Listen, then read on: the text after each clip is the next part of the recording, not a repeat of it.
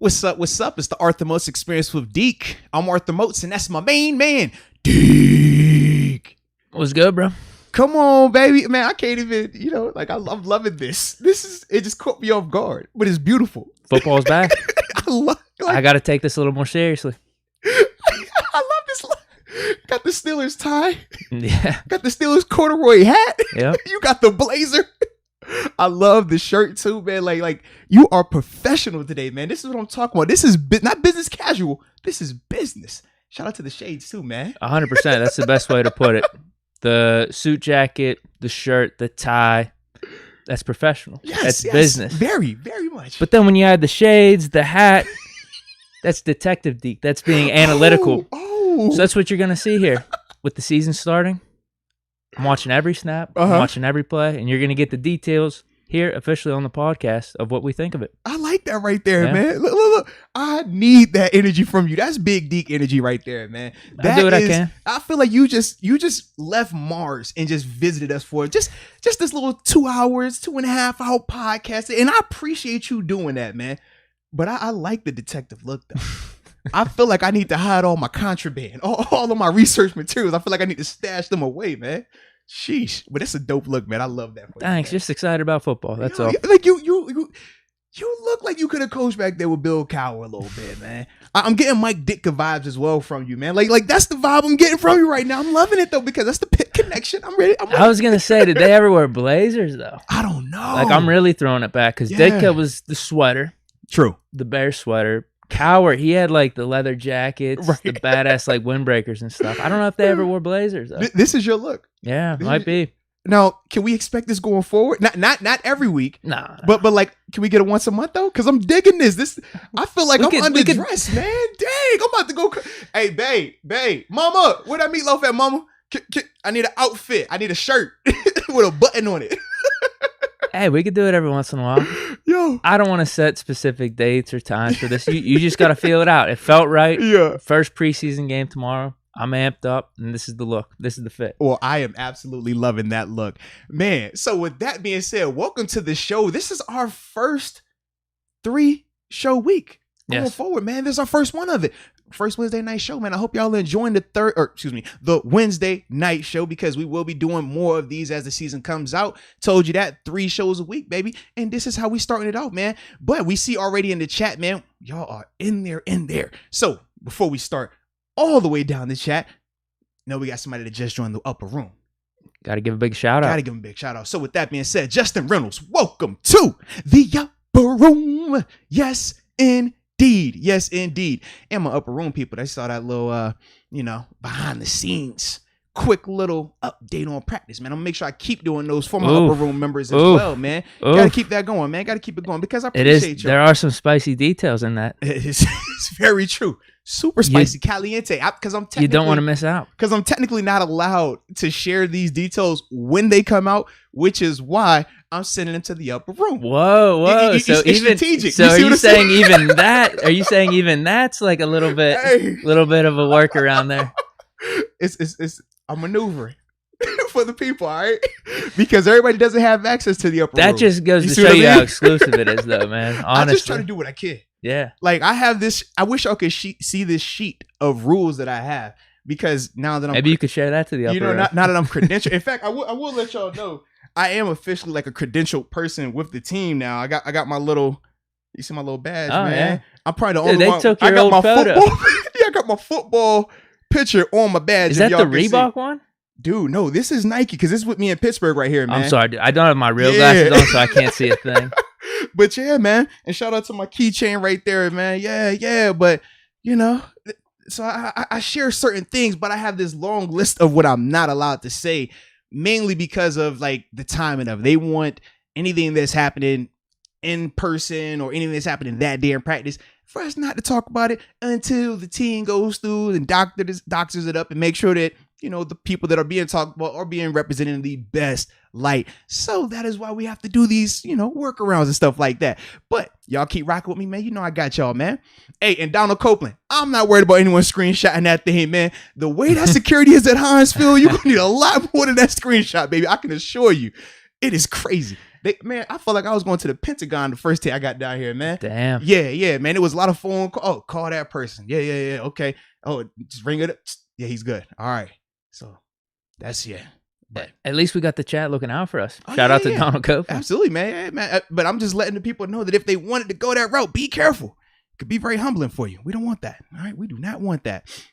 And we have an extra upper room member. Hold on. Another one. I'm getting there. We getting there. Let me see what. Oh man, you all the way down there. Hold on. Well, here's the thing, dude. Because I'm always scared that the chat is gonna. Oh, we actually have 2, I think. Yeah, but you know how the chat with the super chat, it'll bounce out the way. Yeah. And I don't want to miss those, particularly because obviously people are compensating with those comments. So that's the big thing with that. But before we get to all of those comments, along with the new upper room members, we got to start off with the tune in check-in, baby. Where are you watching from?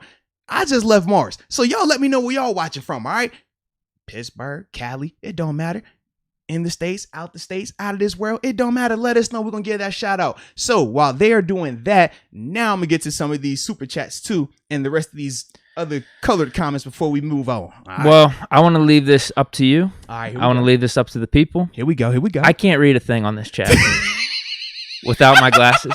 So, do you want me to make the swap? I have my normal glasses here, so I could actually contribute and say, hey, this person said this person said that, and maybe I could throw them back on it for certain segments where I don't need to be reading stuff. But what's the call? What does the people want? What do you want? See? I cannot. I told you, hey, this person joined the upper room. That's all I could really tell you. Wow. I can't tell you the name. I can't tell you anything else. Okay. Well, we're going to scroll down a second to look at what the new people are putting in there in response to that. I can't tell you. But before we do that, Black and Mortar, first off, we definitely appreciate your support. He says he's doing my small part as usual, coming in clutch with the After Work podcast. # here we go. Absolutely, Black and Mortar, man. That's what we always try to think of, right? We know we got some people that want to do it in the morning. So we got the wake and bake for them. We know we got the late night people, baby. So we give you a chance to go to Mars before you visit the podcast. Either way, we versatile, baby. And we know different time zones. So that's why we try to be a little bit more flexible. With us having 3 shows a week now, we're able to do that for you. So we're glad that you appreciate us appreciating y'all. All right. Let's see. Has anyone gave us something about your glasses yet? Well, dude, I think the real question is, how do you feel about it? Because you're doing this fire, though. You're doing this with me. I don't want to be dead weight over here when it comes to the chat. I really don't. All right. What if we do this then? For this beginning portion, where we're simply just getting the check-in, right? Where we're trying to see where everybody's tuning in from. Like we said, wherever you're tuning in from, right? Pittsburgh, wherever at, America, not America, on this planet, not this planet, put it in the chat. We're going to make sure that we read off where you're from to start this show off. So what I would say is this, just for about the next 5 minutes tops. Sure. Just throw the regular guys so we could go through that. And then after that, we good, baby. And that's fair. Because, honestly, you throw the glasses on top of that? I've seen I know my kids do that. I can't do that. My kids do that now. Hey, I done seen my kid. Someone's saying wear them both. That's what I'm saying, man. I've seen my daughters do that. My son is the king of that. Nah, it's.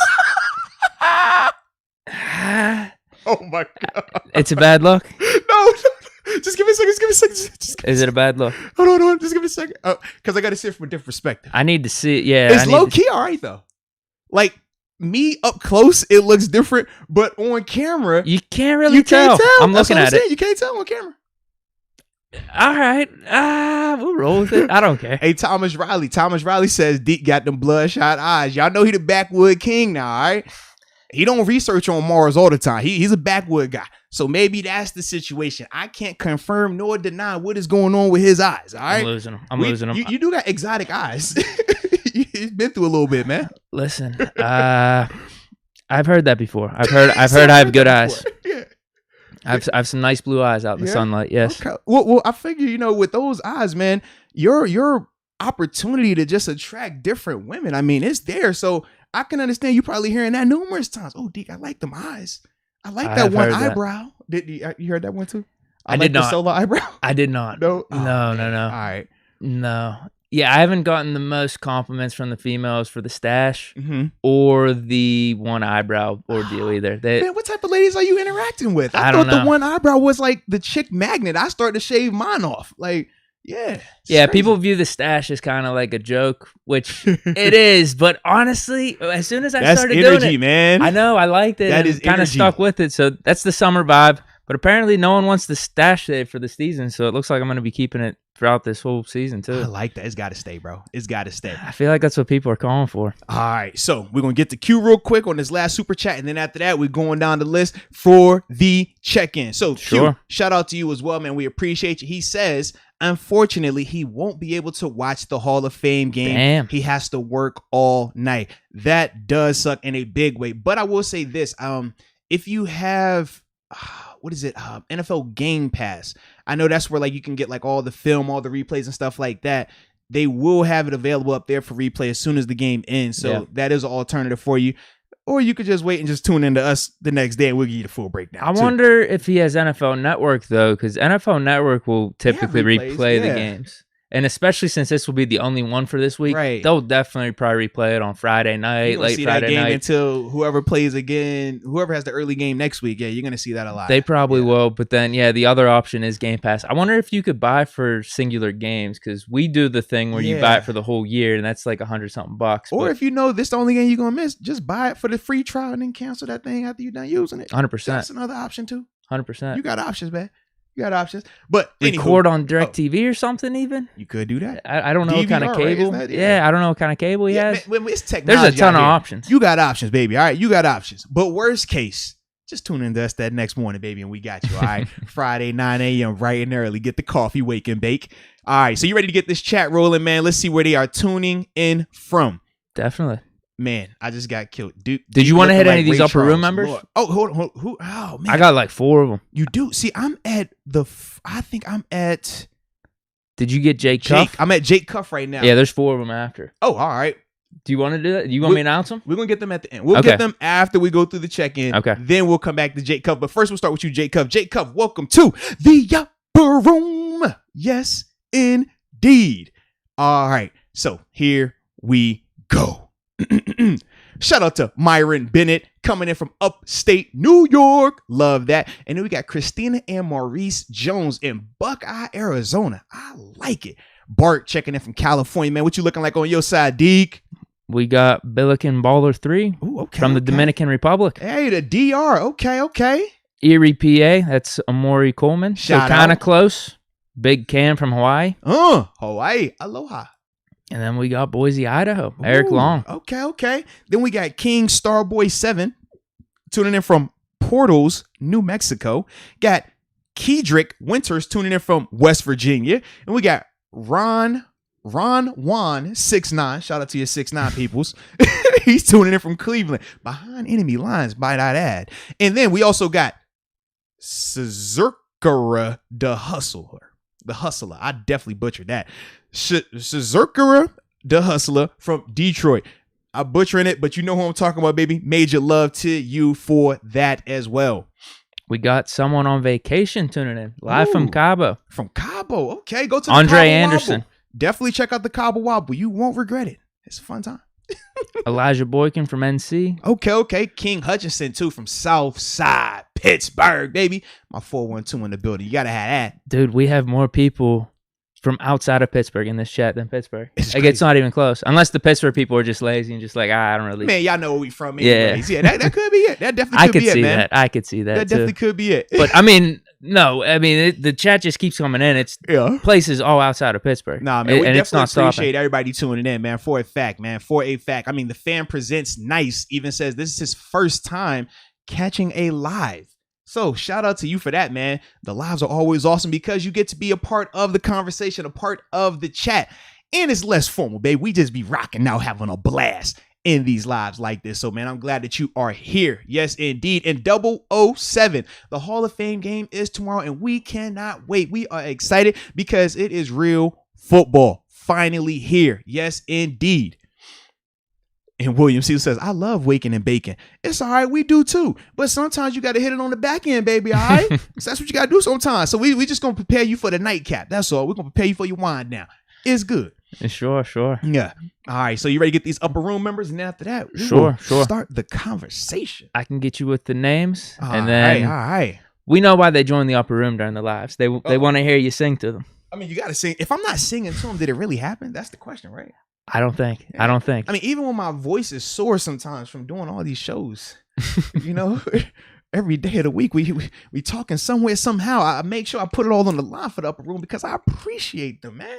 Those are like your day ones. Those are like your core group, Oh yeah. It's like you got, we like to watch the Steelers, and he's like, oh no, that's still a nation right there. You see what I'm saying? There's levels to it. It's different. It's different. So if you're ready, let's get this thing going. Oh, it's warmed up. First name, Michael Patrick McCracken. Oh, my Irish brethren. Yes, indeed. He's been around in the comments. He's been teetering for a minute, man. Yeah. He finally made the decision right before the Hall of Fame game. Patrick McCracken. My Irish brother. Welcome to the upper room. Yes, indeed. Yes, indeed, baby. We also got James Martin. James Martin. That's James with a Y as well. Shout out to the uniqueness. I like that. James Martin, welcome to the upper room. Yes, indeed. Yes, indeed. Hunter Banavage. Oh, okay. Shout out to Hunter and shout out to your pronunciation on that last name. I think it was close enough. I saw somebody say you're going to go from hitman to college professor. I agree. When you took the shades off, you look real educated, and that's why you pronounce his last name beautifully like that. Shout out to you. I wish you were my teacher, man. I wish you were. But Hunter, welcome to the upper room. Yes, indeed. And then I think we just got one more super chat. That's it. All right. Where we at? I might have lost it. Nope, we're good. Oh, I love this name, by the way. We got Mr. Lamborghini Leglaw. Deke is so gone right now. A couple sunglass emojis and some smoke. Are you? I mean, maybe he is from Mars right now. You don't need to confirm it nor deny it. Okay. Just leave it to the people. Okay, I'm feeling good. I think we all are. I'm always feeling good, actually. Yeah.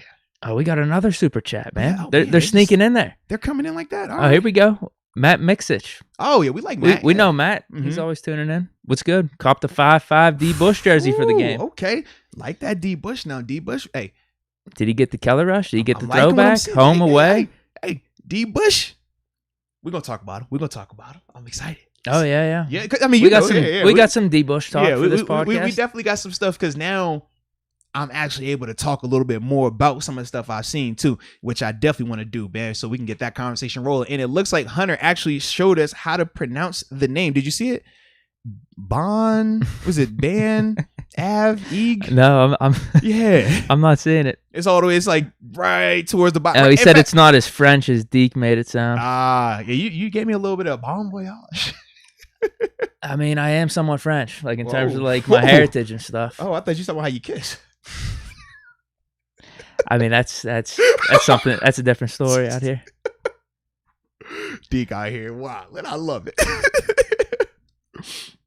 But yeah, I don't see the pronunciation. I'm losing it. But yeah, what he said was not as French as Deke made it sound. That's all I saw. Oh, I see it. I see it now. I thought I did it well enough. I kind of like that. I mean, it was in the ballpark. I'm going to just say Hunter because I know I'm a butcher. Sure. I'm going Hunter until I meet you in person, Hunter, because we meet people in person, especially now the season is getting here and these tailgates about to get back popping. Oh, my God. It's going to be crazy. Yeah. It's going to be a vibe, bro. No, it's going to be fun as hell. I'm so happy, man. Hey, man, this is what we needed, man. It's game week. This is what happens when it's the show before the game. We get hyped like this. This is the first live before a game. Yeah. I don't know if we announced that at the beginning or not, but you're absolutely right, man. That's true. That is why you're so professional. God, and you are on it, man. And a preseason game too. The last time we did preseason games was whenever Devin Bush was a rookie. Yeah. And it was like we were not respecting preseason games. We didn't know what we were doing. Yeah. I mean, we did not respect preseason games. We didn't know what we were doing. We're just starting off and stuff. The best we had were like little social media vids. But like now this is a whole different ordeal. Yeah. I mean, to not have preseason last year and then just everyone's going to be amped up going out and stuff. Now we have a QB competition here for QB2. It's going to be crazy. Plenty to talk about, man. Plenty going on with that. And Chad, I'm trying to figure out what you were referring to. He says, Arthur, when I saw you on Saturday at Hinesfield. Now I got you what you're saying. Yeah, because once again, man, we talk about, man, when y'all pull up, man, we always around. Did bump in the chat, man, on Saturday. He said he went to the pro shop and bought a Naji Harris jersey. Nice. I like that's a great jersey selection, by the way. Great jersey selection, man. I did see some Naji jerseys on NFL Shop because I'm doing a jersey giveaway on my YouTube. I hit 7K. I did see that, man. Now, I was just saying. Make sure y'all tuning in to my man, too, man. It ain't the biggest deal. But anyway, on the NFL Shop or the Steelers Shop, they do have the Naji Harris color rushes up now. Ooh. Didn't I say I was going to get color one? rush So is the like, one, bro. I guess I have to. The color rush is definitely the one, bro. Now, is that the jersey I rock for game 1? I don't know about that, but Got to be Dotson game 1, bro. Dotson or Ben, I don't 6'9", know. man, get freaky. Definitely, I mean, you'll definitely be seeing the Dawson jersey. I scooped up a Duck Hodges jersey. Okay. I'm telling you, it was like $20 on like a Steeler Pro Shop. Yeah. It was on sale. I'm like, dude, this could be worthwhile down the line. Like Yeah. that's gonna be a really rare jersey, and it was just, Okay. it was a time and place in Steelers history. I We'll that. just leave it at that. It definitely was. It's a year that will It's forever vintage. live in infamy. It's vintage. It's a throwback and an archive, whatever you want to call it. Yeah. All right. So, with that being said, baby, let's hop into this first topic. If you're ready, are you ready for that? Professor Yeah. Deke, or are you Hitman Deke now, man? How you want to go back to this thing, man? It's tough because I would just like to be able to read. So He said, I want to be able to read.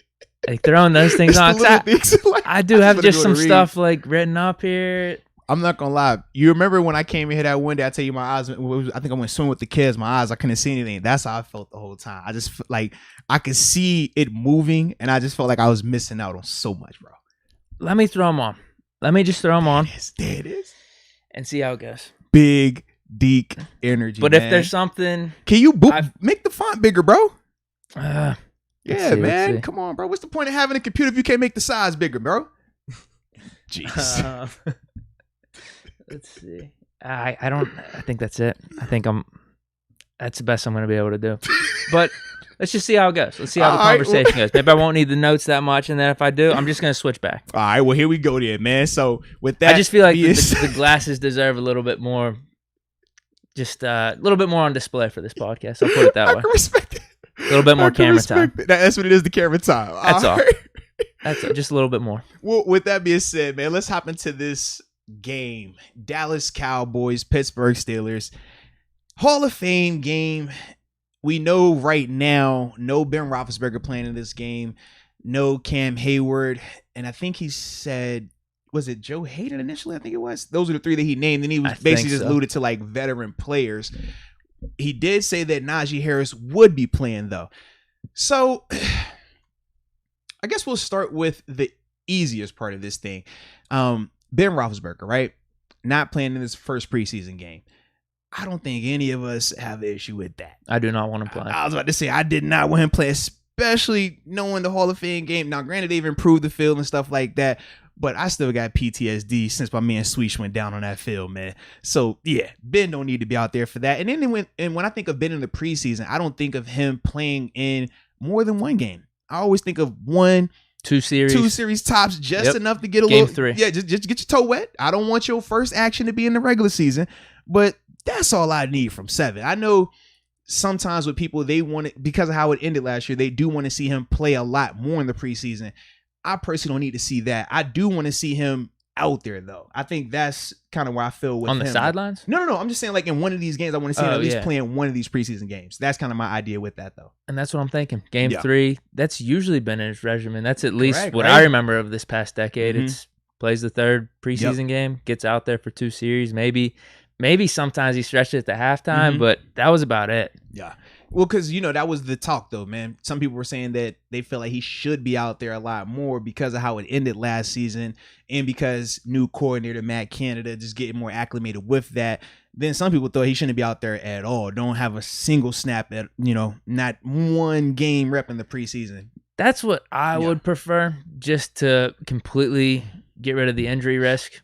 But there is something to just, hey, like I'm sure Ben would even just be like, hey, I want to get out there just for a couple series just to get a little tune up before the regular season. So that is just normal protocol, I think, with Ben Roethlisberger. No, absolutely. Not a surprise at all. Absolutely. So we're good on that one. That's why I said that's the easiest one. Let's get that out the way, put that to rest. But we got to have that conversation literally every preseason game, whether he is playing or not. I'm actually surprised people were talking about that. No, yeah. I just view it as a given. Well, you have to think, man, during this offseason, people really wanted Ben gone. You did see that, right? I remember. It was a battle. Yeah, it was a battle in the offseason. Yeah. And then it wasn't like the organization just came out day one and were like, yo, man, he's good. We're paying him. Like, remember, it was like that real life conversation going on. So that has carried over. And that is ultimately why this conversation has to happen, It's a damn shame. It's a damn shame. So now that part is laid to rest for this first game, at least, Mason Rudolph named the starter going into game 1. Yeah. That was another interesting thing, man. I wanted to get your thoughts also in the chat. Let us know how you feel about Mason Rudolph being named the starter for game 1 of the preseason. Do you think that you like that? Is that a good move? Do you think it's just more of a formality? Like, let us know your thoughts on that with Mason Rudolph being named the starter for this Cowboys preseason game. You want to go first on that one? It's up to you. Yeah, I like how think, professional you looking right now, bro. I feel like I'm gonna step on your toe. You go first, big man. No, I think it's more of a formality. I'm not surprised by that at all. Yeah. It does seem like Haskins is outplaying Mason in this training camp, Mm-hmm. but Mason's been around the Steelers organization for how long, and he was the QB2 going into the training camp. This is the first game in the preseason, so I just view it as more of a formality, and then we start to see how the chips play out in these preseason games, the rest of training camp. Maybe it's going to get flipped a little bit, but I did see actually Dwayne was getting a lot of time as QB2. I don't know if it's technically QB1 whenever like Ben's sitting out, but he was getting more of the high-end reps versus Mason over these past couple days. I don't know if I'm wrong on that completely because you were down there, but for this game, at least, I just view it as a formality. Nah, man, I agree. I think that it's more of a formality because similar to what you just said, man, Mason has been here. He's more familiar with the organization. He's had multiple years here now, and he's actually, outside of Ben, has the most starts with the Steelers with the rest of these quarterbacks on the roster. So I looked at it more so as just that. I do think they will flip-flop Mason and Haskins throughout the preseason, though. I think we will see games where Haskins is starting and then Mason's comes in with the twos. And then I think it'll flip again after that. And in terms of the practice reps, it just depends on the days. Okay. Yeah. And these past couple of days have been weird just because the game coming up, they've had to make some little alterations, stuff like that, but they have been flipping them where Mason has gotten some with the one group. And remember I was telling you about the O-line, Mason would be behind that one O-line going against our one D-line. Now, granted, TJ isn't out there and Tuitt hasn't been out there, but you still got Cam, you still got Melvin Ingram, you still got Alex Highsmith, Tyson. I mean, it's still at times pretty bad, but they have been flipping those guys. So for me, I just looked at it once again, formality. But this is significant for Mason, though, man. They weren't flipping him, though, early on, right? Correct. It was just all Haskins. Correct. So at least right there, that's saying something that they're starting to think, oh, wow, this is way more of a competition. Well, it was always a competition, but it's like Haskins is at least closing in on this. And there's a chance, by preseason game 3 or game 4, we're just naming Haskins QB2. Yeah. Like, honestly, man, the biggest difference from what I've seen with the live practices is just, like I said, the confidence part. They've both played behind the O-line that is getting, destroyed at times, and they play behind the O-line that looks kind of decent at times. But to me, the biggest difference has been just how calm and confident Haskins has been. His demeanor when he walks on the field, he just looks like he belongs. He looks like he believes that he belongs. Whereas with Mason, it still just looks tight at times. Now, granted, the practice yesterday, he looked way more calm, but the practice was different. It was more of the game planning. Now, not game planning in the full sense in terms of, hey, we're running these plays versus that and this or that, but more so in the sense of, hey, look, these are the calls we're taking into the game. These are the only calls we practice in the day in practice. Go out here and look good. He looked good in that part. So for me, I'm like, all right, that's a step in the right direction, but I need to see that in stadium. I need to see that when we're not just telling you, hey, we're only calling these 10 calls a day. I need to see when you have the full playbook available to you that you're still going to be able to execute these calls and be confident. Because when he does that, he looks good. Yeah. But when he holds the ball too long, when he's going through 30 different things in his mind, he looks like that. He sit back there, just hold the ball like a statue, and that's not going to get it done. Whereas with Haskins consistently, now I'm not saying Haskins has been perfect by no stretch of the imagination, but Haskins has looked confident every single time. Even on a bad play, it's like, all right, he's going right back. Like, he's not tripping on it. And I think that to me is why I'm really liking what I'm seeing with Haskins right now. Yeah, definitely. A lot of people are saying that too. Wonder what happened, man. I wonder if it is Haskins. Yeah. Him being there and Mason's just a little bit different because it seemed like in the Jets game and we talked about it in the Browns game, he didn't have any of that. But then all these reports coming out with training camp, now how much of it is the offensive line and just not gelling in that standpoint. But Haskins showing up, being the first round pick that he was, and all the hype around Haskins, and where the future isn't completely set for Mason like that. I wonder if the pressure has got to him just a little bit, or at least maybe that's something that is in the back of his mind. Well, I definitely could see the pressure element, and that has been something that I've always alluded to when I say I like competition, because you're either going to get guys that are going to rise up and show that they can handle it, or they're going to falter. And if you can't handle practice competition, why would I ever think you can handle playoff competition, right? So if that is the case, well, I'm even more excited about Haskins, because Haskins is taking that challenge. Haskins definitely has some pressure on him. Yeah, he has a ton. I mean, training camp, preseason, a lot of pressure. And not just on the field. Like, he has to look the part even off the field. Like, he has to make sure even when he's on social media, it looks a certain way just because of what the question marks surrounding him were. It wasn't surrounding him because of ability. It was surrounding him because of maturity. So that's the part where I'm also like, man, he really has to be, locked in on this thing in every avenue. And he has been so far. And that's what one of the things I was reading too, is that he's getting there early, staying after, talking to receivers that no one really knows, or people that he's never talked to, and just trying to build that rapport, do things different than what he was doing down in Washington. Nah, he's definitely putting in that work. Like, you can see the demeanor is there. And I'm just hoping it continues, because you never know if it's kind of like the honeymoon phase, right? When you first meet that person, guy or girl, y'all start dating, right? They show up on time. They early every time. They always laugh at your jokes. They always tell you how good your food tastes. They even cook for you sometimes. Then y'all become official, and it all goes out the window. They don't do their hair anymore. He don't shave. He don't manscape. You like, bro, what's this? You know what I'm saying? Like, so I'm just hoping with Haskins, this is like legitimate. It's not the flash in the pan. It's not I'm just trying to give you this good look before I get comfortable and kick my feet up on your couch. That's what I'm hoping right now, man. Yeah, definitely. Yeah, I think me, you, a lot of Steeler Nation are excited to see Haskins. Just the competition between him and Mason. So now that'll be good. Now, when I had asked in the chat, we had talked to them about, their thoughts on Mason being named the starter versus Dwayne Haskins, even though we felt like Dwayne has been having the better training camp. This is what some of the people have said. Donald Copeland says Mason being named the starter is solely because he got the new contract. Remember, he did sign for, was it one for $5 million or something like that this offseason. I want to read this. I want to read this. I was like, yo, what is going on here? you back with us. All right. I want to read this. Yeah. So, all right, we were talking about Donald Copeland, and then from there, let's see, you made me totally lose it. Oh, I'm man. Sorry. Paz says that Mason has earned it, so he's fine with him getting that opportunity. William Cecil says Mason is fitting to be dotting it up out there like a Deacon dot. You know how you gonna do it, man. One of those things you don't perform as well in practice, but game time comes, he's gonna show up. Turn on the lights, man. Yeah, turn on the lights. All right, Timothy Roberts says he thinks that Haskins deserved it off of what we have heard, but Mason has been with the team longer by far, so that's why they're making that move with Mason. I do agree with that also. Oh, man. I've seen a lot of comments talking about Mason's pocket awareness. We got Trina Steele Diva. Shout out to Mason. Trina. Mason looks shook in the pocket. Someone said earlier, Mason's pocket awareness is just not it. Yeah, that's.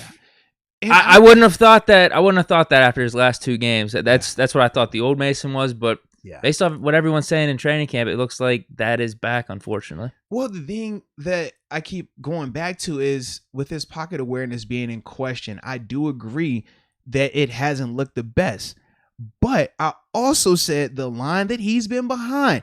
Remember, Coach Tomlin literally just went up there, I think it was yesterday morning around noon, and praised the O-line on Monday, I think it was, because that was the first time they had Zach Banner, Trey Turner, BJ Finney, JC Hassenauer, and it was one other person that it was like their first time having all five of those guys even practice on the same day. So for Mason, some of the groups that he's been behind, he doesn't have the most time. So when you're trying to figure out pocket awareness, when you know you've been sacked as a quarterback or as a player, your natural reaction is the play is over.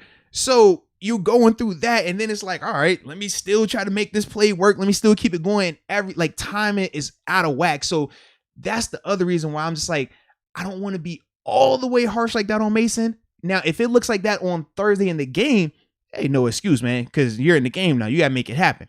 But in practice, because of some of the groups that have been out there, I'm like, I don't want to put all of his pocket awareness. I don't want to put it all out there just yet, man. When Haskins was flipped, though, did he have the better O-line? No, this is the thing. And this is why I said I still like what I'm seeing from Haskins. The difference is this.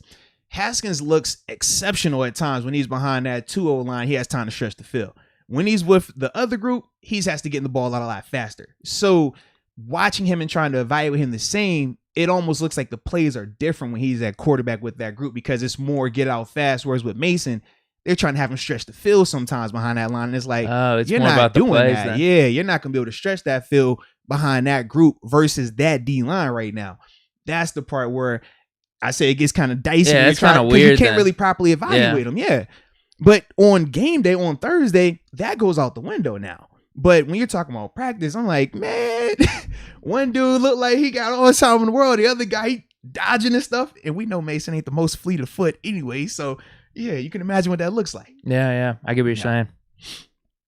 Oh, but we did have a super chat right here. So shout out to you, Mr. Lamborghini Leg Lock. I love that name, man. I love it. I'm a leg lock guy, and my son loves Lamborghinis. I don't know why. But he says, how many snaps do you think Kendrick Green is going to be taking on Thursday? Oh, man. That's a good question. Is he going to be first team?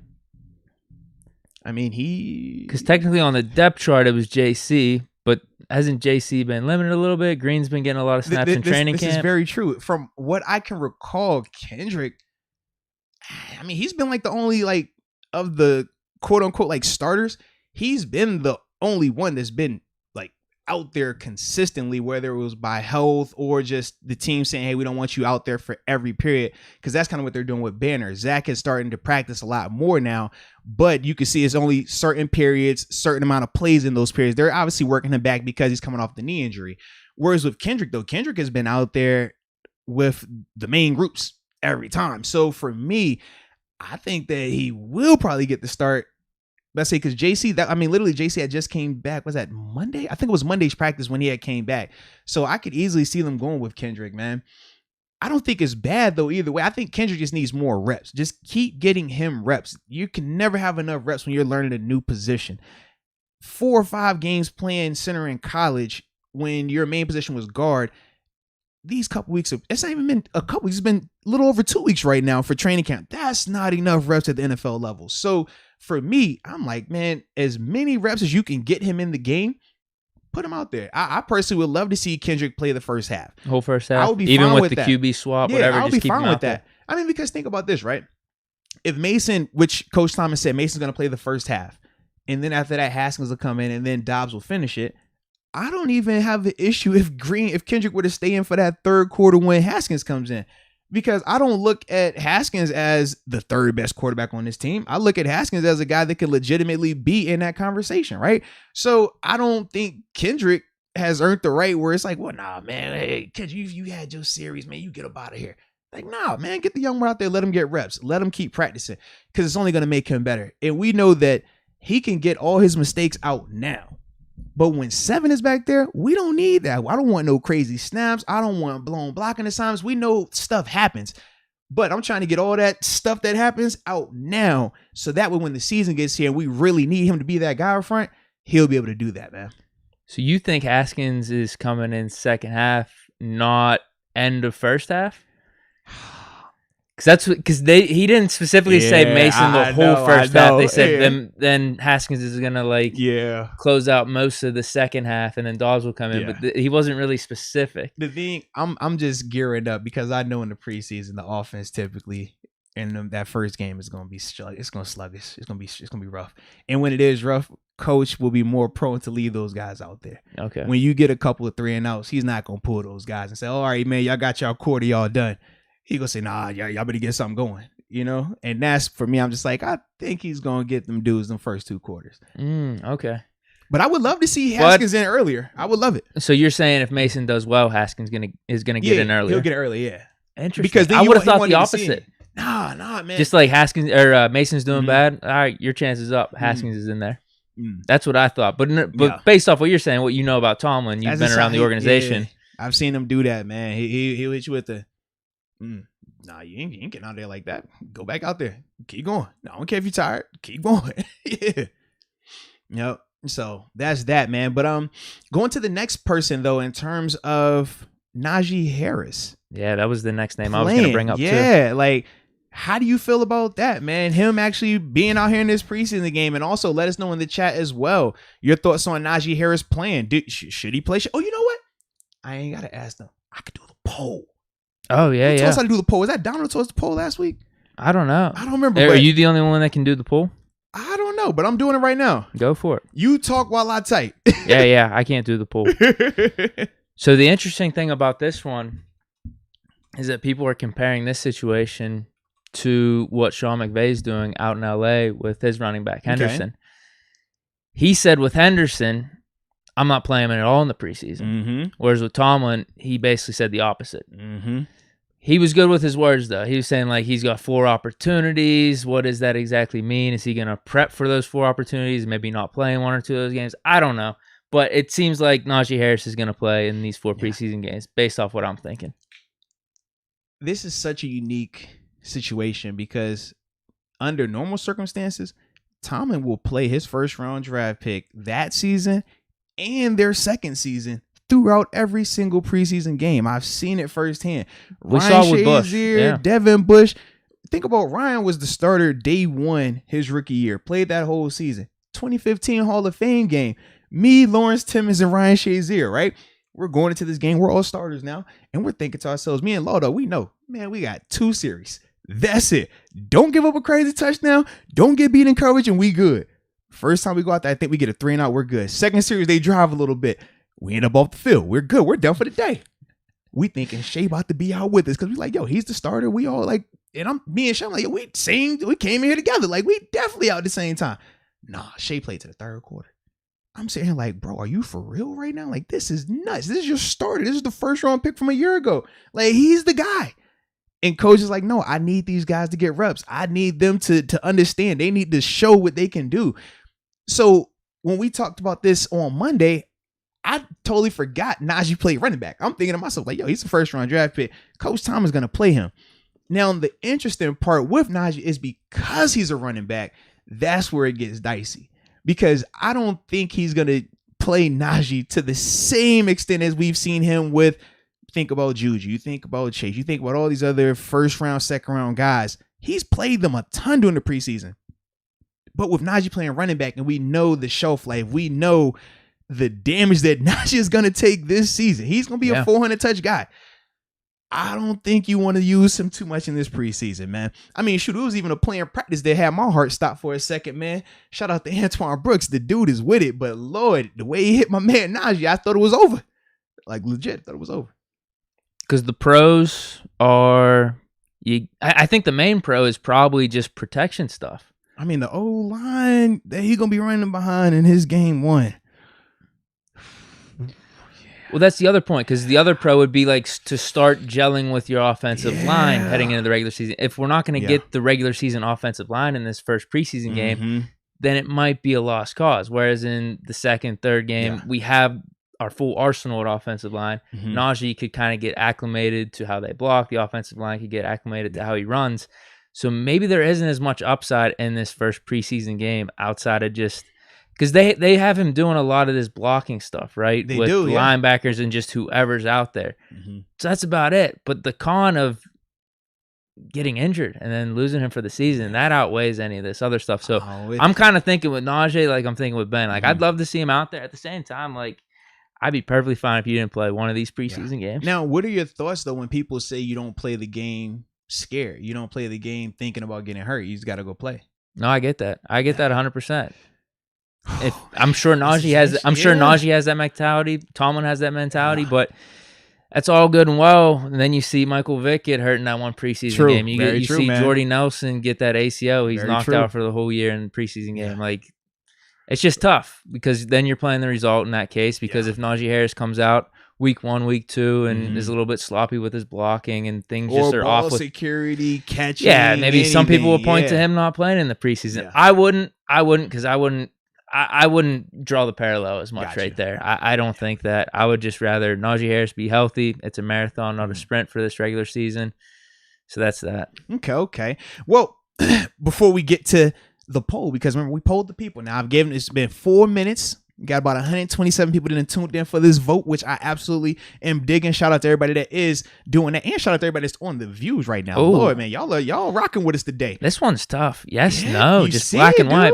Because should Naji play? I want to see him out there, but at the same time, I want to see it. If I would have played, should Ben play in this game? No, it would be clear. Should Naji play versus the Cowboys? You know what? I'm gonna say no. I'm gonna say for this game, no. Oh, I gotta sign in. Damn it.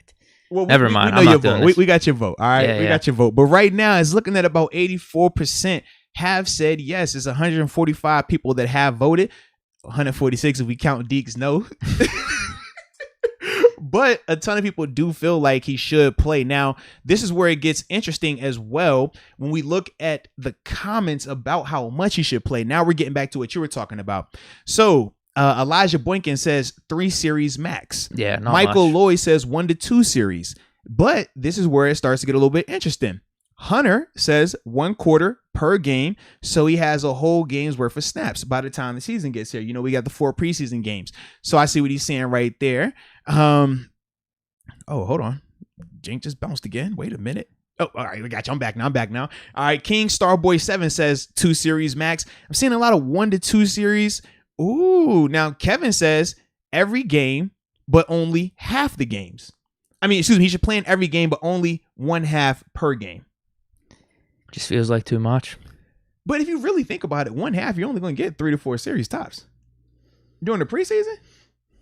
Yeah. Yeah, you're only going to get about 2 series in that first quarter. Maybe 2, depending on how the flow of it. Yeah, in that second quarter, 3 max. So he's not, and you think every play he's out there, he's not getting the ball every single play.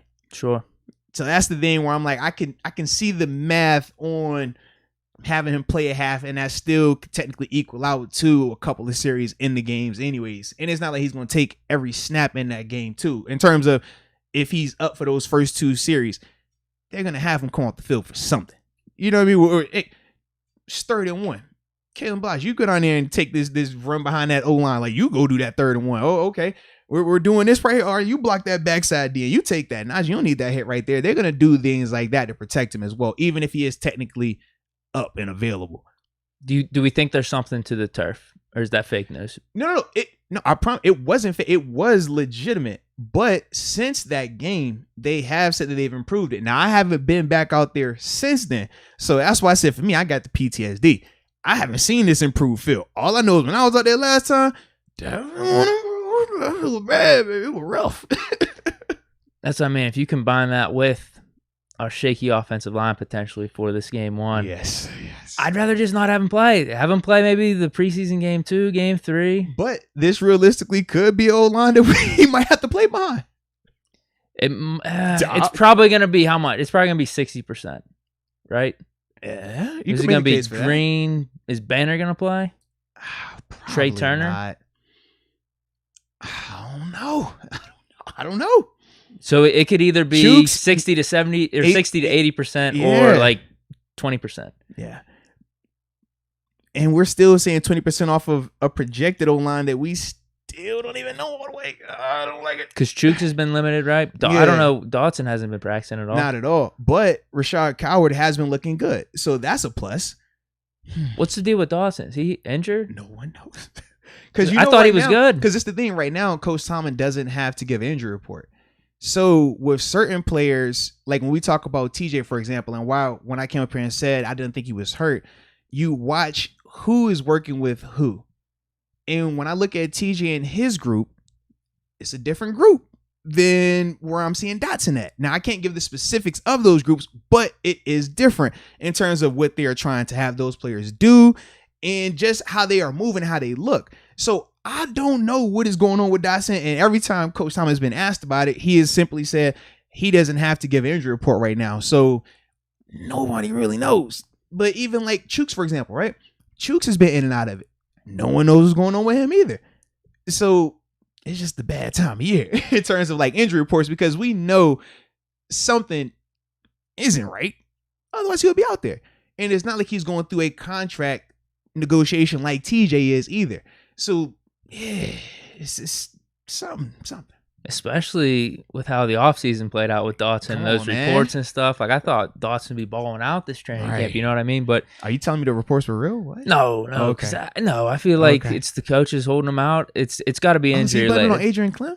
You blaming it on Clem? No, I just think it's messing with you, bro. It's got to be injury related. That's what I mean. Like, I think they're holding Dotson back from himself, potentially re-injuring himself, whatever it is. They're thinking more long term with Dotson. Especially when you think of it too, we're ahead of the game. We're ahead of every other NFL team. No one else is playing this first preseason game. I think we ported to camp how many days early? We're a week ahead. Yeah. Anytime you come from the Hall of Fame game, you'll be a week in front of everyone else. So I think we're gonna get more closer to what actually is going on after this Hall of Fame game. Is what I'm thinking. I hope so. I do want to see more of him though. Dotson. Yes, because I want to see more of the offensive line. Yeah. Like seeing Banner out there, I will say Banner has looked good, but it's been 2 to 3 reps in this period, 2 to 3 reps in that period. So evaluating him, think about this, for example, on 3 plays, if one plays quick game where the ball is coming out in 2 seconds, the other players will run away from him, and then you finally got a regular drop back pass. How do you evaluate him? You know what I mean? Like, so it's like, is he looking good? Sure. But action wise, it's not a lot of action for him, right? And then when you talk about Trey Turner, like, Trey, I want to see you out there more. When you talk about Kevin Dotson, I want to see that. Like, even though Rashad has looked good, I was very surprised by that because when we signed Rashad from Chicago, at times on tape, he would have good plays, but it was very inconsistent, right? And that was probably, as a whole, why the perception was what it was with him. But he's been looking really good. So I'm like, all right, I like that part. But then when we go to left tackle, I don't know if I'm getting Chooks. I don't know if I'm getting Dan Moore. When I look at right tackle, is it Joe Haig out there? Like, Joe Haig is nothing against him, but we didn't assign him to be our starting right tackle either. So that's for me. I'm just like, I need to get this group. I need to see it, man, together so we can be confident in them, man. And that's what I'm hoping. After this Hall of Fame game, maybe it's going to start being a little bit more cohesive. Yeah. Just because we're ahead of the game right now. We're ahead of the curve. So there's no reason to – maybe there is a reason to rush back just because our offensive line does have a lot of uncertainty. Like, that's the one position I do not want to be hearing these reports about people being in and out. Whereas, like, everywhere else, you're not really hearing that. Think about what we talk about going into camp. We were hyped. We said, look, as bad as it was with the pieces they have, if they can gel – and they could be just average, just good, just bare minimum varsity. We got more than enough talent. And we said, hey, man, if they got to go through the growing pains, at least they got all camp to kind of build together, get that rapport. But we're not even getting that. So now I feel like everything is getting pushed back further and further in terms of when they're going to eventually gel. And I just don't like that, man. I don't like it at all. Right. With Banner's the only one that seems clear. Because the ACL and everything, we're working him back slowly. Everyone else, like Trey Turner, is he injured? Dawson, he injured? Chooks? Right. Like, we're just hearing, like, limited. Yeah. And because by rule, Coach Simon doesn't have to officially say yay or nay who's hurt or not, we're all just kind of stuck speculating. For me, I kind of got, like, little cheats to, be able to tell, all right, this dude is this, that guy's kind of that. But as a whole, it's just not a lot of information on that right now. Yeah. We got a couple super chats. We do, man. So I'll start out with this first one from Mitchell Steiber. I think that's how you say your last name. Mitchell, appreciate you as well, man, for the support for the channel. He says, Naji needs, in all caps, to play. There is too much hype for him not to play at least 1 quarter. We need to see some Kalen Ballage as well. I do agree about the Kalen Ballage action, and I do think Naji needs to play. I want to see him in these games, but limited capacity. I want to see not necessarily a ton of him running the ball because I'm very confident in his running ability. I've seen that plenty of times in practice. Anybody that watched him in college, like, the dude can do that. 2 things I want to see from him. Number 1 is the pass blocking in the game. And number 2, just catching the rock. Continuing to be consistent with that. We know that was the question mark, right? We saw him take a big leap and be more productive catching the ball out the backfield his last year at Alabama. Just want to see more of that, continue to grow and develop in that avenue of his game.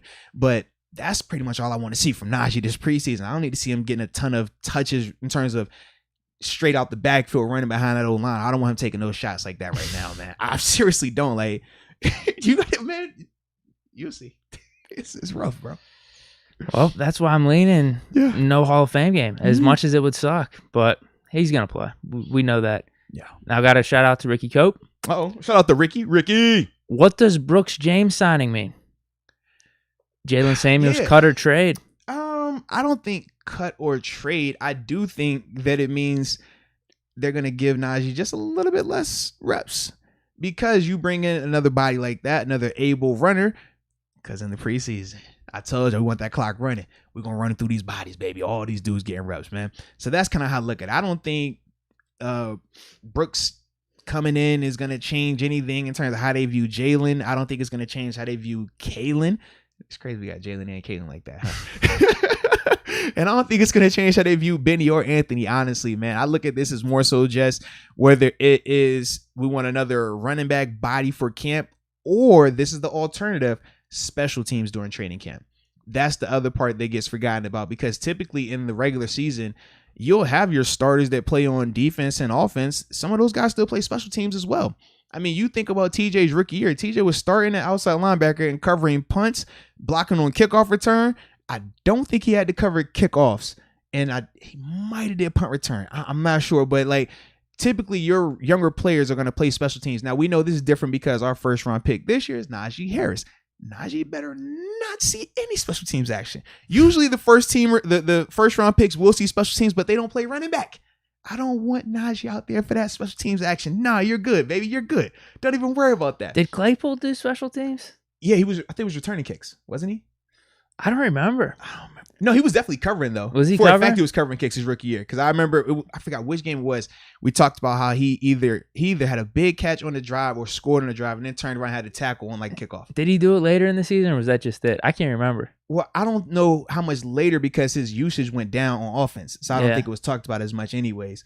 But I know early on though, that was the thing. And a lot of, even Juju, his first year, he played. I was going to say, the reason I brought that up is you think it's just specifically running back versus offense, defense, whenever you're talking about first rounders. I think it's more so just that running back. Running back and quarterback, that'd be it. The value on them. Yeah, the value, the shelf life. I guess offensive lineman.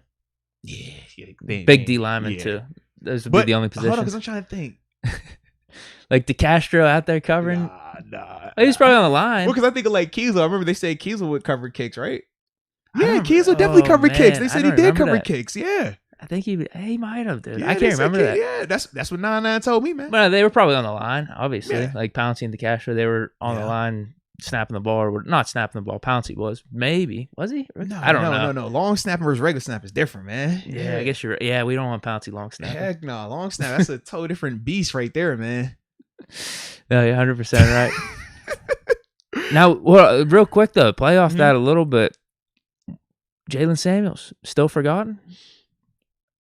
Yeah. I have not heard one report about him. Well, I'm trying to think. I'm trying to think the best way to put this with Jalen. Jalen is still Jalen, but I feel like because we kind of know who he is right now, unless he does something new, he's never going to wow us. Because, for example, he's not this elite route runner, right? So that's not going to wow. He's not an elite running back where he gets the ball, he's going to make guys miss. He's not the crazy fast guy either. So even though he's a good player, it's not appreciated the same way when you think about a Naji Harris. He looks like a freak when he does stuff. You think about Anthony McFarland. He is lightning fast. So he stands out. Kalen Ballage, because of how big he is doing some of this stuff, he stands out. I feel like with Jalen, it's similar to Benny Snell in the sense of you've seen it so much now and you're just kind of just like, I'm just used to it. Not necessarily that it's bad, but you're just used to it. So it doesn't move you the same way. That's kind of how I feel when I watch Jalen in practice right now. I don't think he's doing anything bad, but I'm not wowed by anything either. Whereas like when I see it's certain things Naji does every practice, you're just like, wow. Like your jaw's going to drop, your eyes are going to pop like, yo, how did he do that? Even Kalen Ballage is giving you that. McFarland's going to hit a gear and you can just be like, yo, that's special.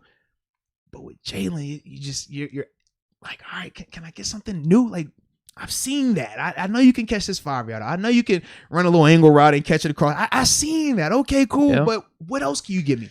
And that's kind of where he's at right now, from my opinion. And that's the thing. We've seen that with him, Connor, and Snow. Right. It's not, but it wasn't cutting it. Yeah. Let's just be straight up. That's why we brought in Naji Harris. And that's why McFarland brings that new element that we're looking for. lightning quick speed, and as long as he can keep control, which is what everyone's saying about his training camp right now, that he might be a weapon for us. And then Kalen Ballage, if he could be Harris light or bring something else to the table, that's what we're looking for right now. Because we did have at running back, it just wasn't cutting it. That's how I feel as well, man. Which is unfortunate. I mean, he's a good player. Yeah. He's a good player, but we need something else. We need X factors. We need game breaking plays. Think about this: Mr. Rooney, Kevin Colbert, and Mike Tomlin. All three of those guys don't talk about running backs if the guys that we currently had were giving us everything that we wanted and needed. They clearly weren't. So that's why this offseason they went out and drafted a running back in the first round. So, yeah, if you come back a year later knowing all this and you're still giving me the same stuff, yeah, nobody's going to be impressed by that. And that's kind of the situation right now. Like I said, it's not necessarily a knock on what they're doing or capable of, but it's just we've seen this and we want more. And now he's just giving us more, baby. Now he's just giving us more. That's why earlier applauded McFarland for coming back the way he has. Yeah, seriously. You draft Naji Harris. Man, what can you do? We said Benny as well, man. Like, yeah, what can you do? You mope about it or whatever. Say, oh man, they're already going to give him the spot. Yeah, but no, it seems like they've just improved. We need that Garner Minshew energy, man. Did you see what he had? That was an amazing quote. I love it. That was an amazing quote. My man said, I don't even take number twos, man. I ain't going to the bathroom. It's not even an option. I love it. That's the energy that my man. I need to see a little bit from him. How great would it be if he just lights it up in the preseason? Why can't he? Why can't he? He will be. He should be able to, especially yes. if he is practicing with the twos. That's what I'm saying. Like, I mean, he's lit it up with the ones before. We've seen him. Minshew Mania. Don't forget. Is there any chance he starts week Not one? a chance. Unless Trevor is locked in the ocean by pirates and crocodiles in Jacksonville, I do not see a chance where he is not starting game one, bro. It's Trevor Lawrence, man. It's Trevor Lawrence. That would be hilarious. Chance, bro. Absolute zero chance.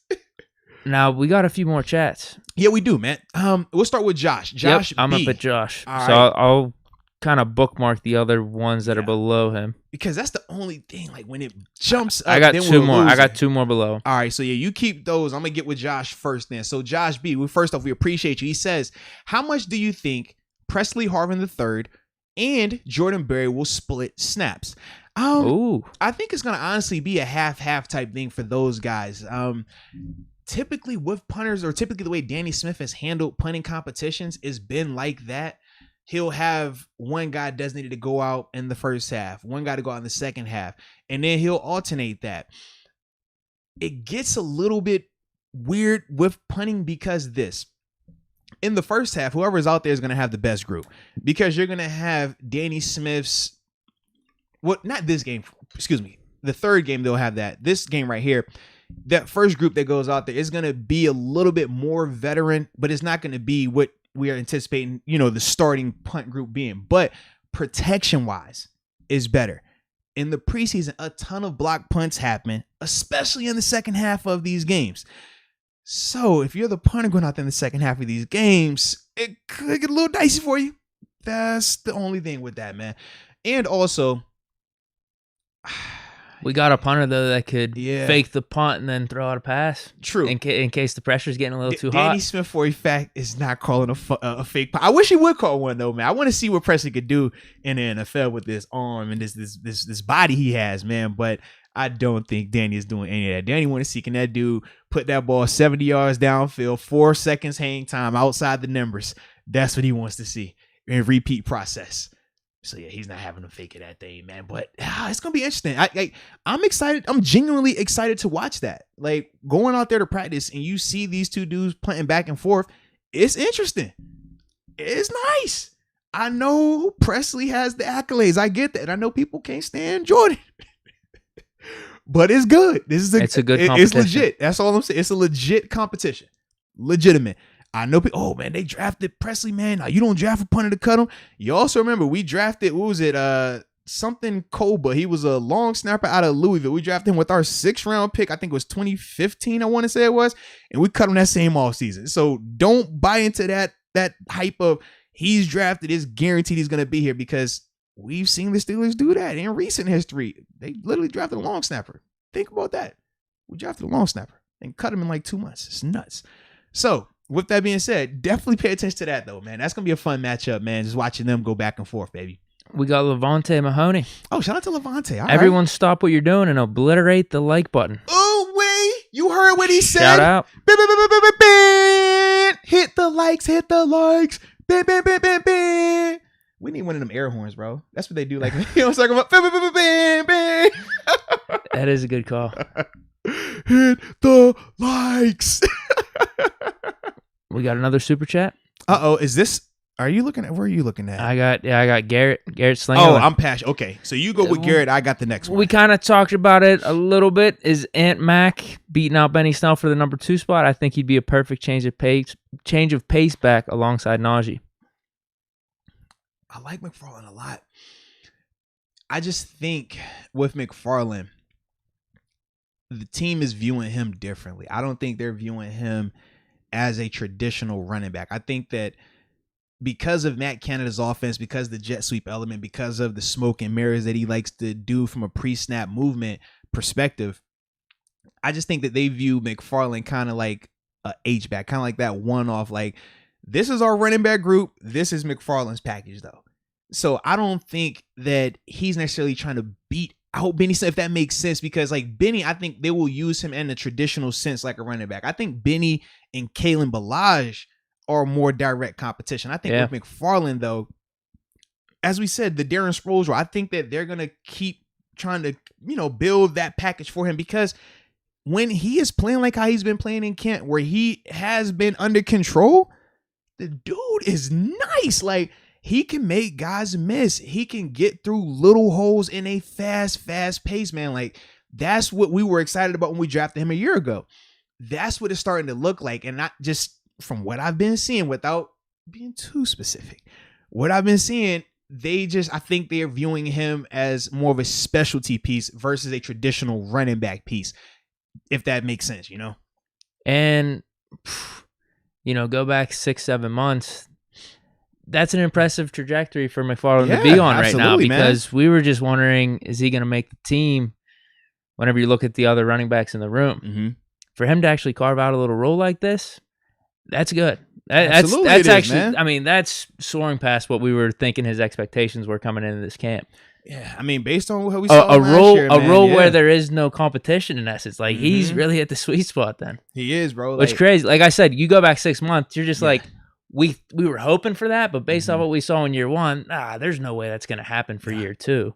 Like I say, he's been looking really good, like really good. Him and Derrick Watt. I mean, the upper room people, they know about the Derrick Watt. We talked about him a little bit, but he's the other guy for me where I'm just like, wow, like my man is flashing every practice right now that I've been to. I'm like, yo, people are high on Watt. Like, not just in the running game, in the passing game. That's like the surprise part of it. Like, you're seeing this dude really show some versatility, really show more of his game that I did not know he was capable of. I'm not gonna lie to you. I'm not gonna sit here and act like, oh yeah, I knew he could catch. I knew he could go downfield. No. I didn't think it was like that.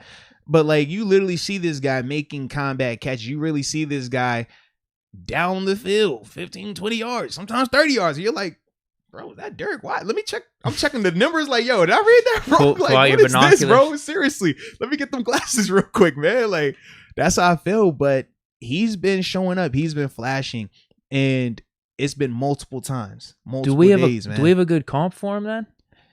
I don't know. Like, we're talking about fullbacks down the field. We've talked about Dallas Clark a few podcasts ago, but that's not. He's not like that, because Dallas reminds me more of a tight end. But use check. But is he catching passes 30, 40 yards down the field?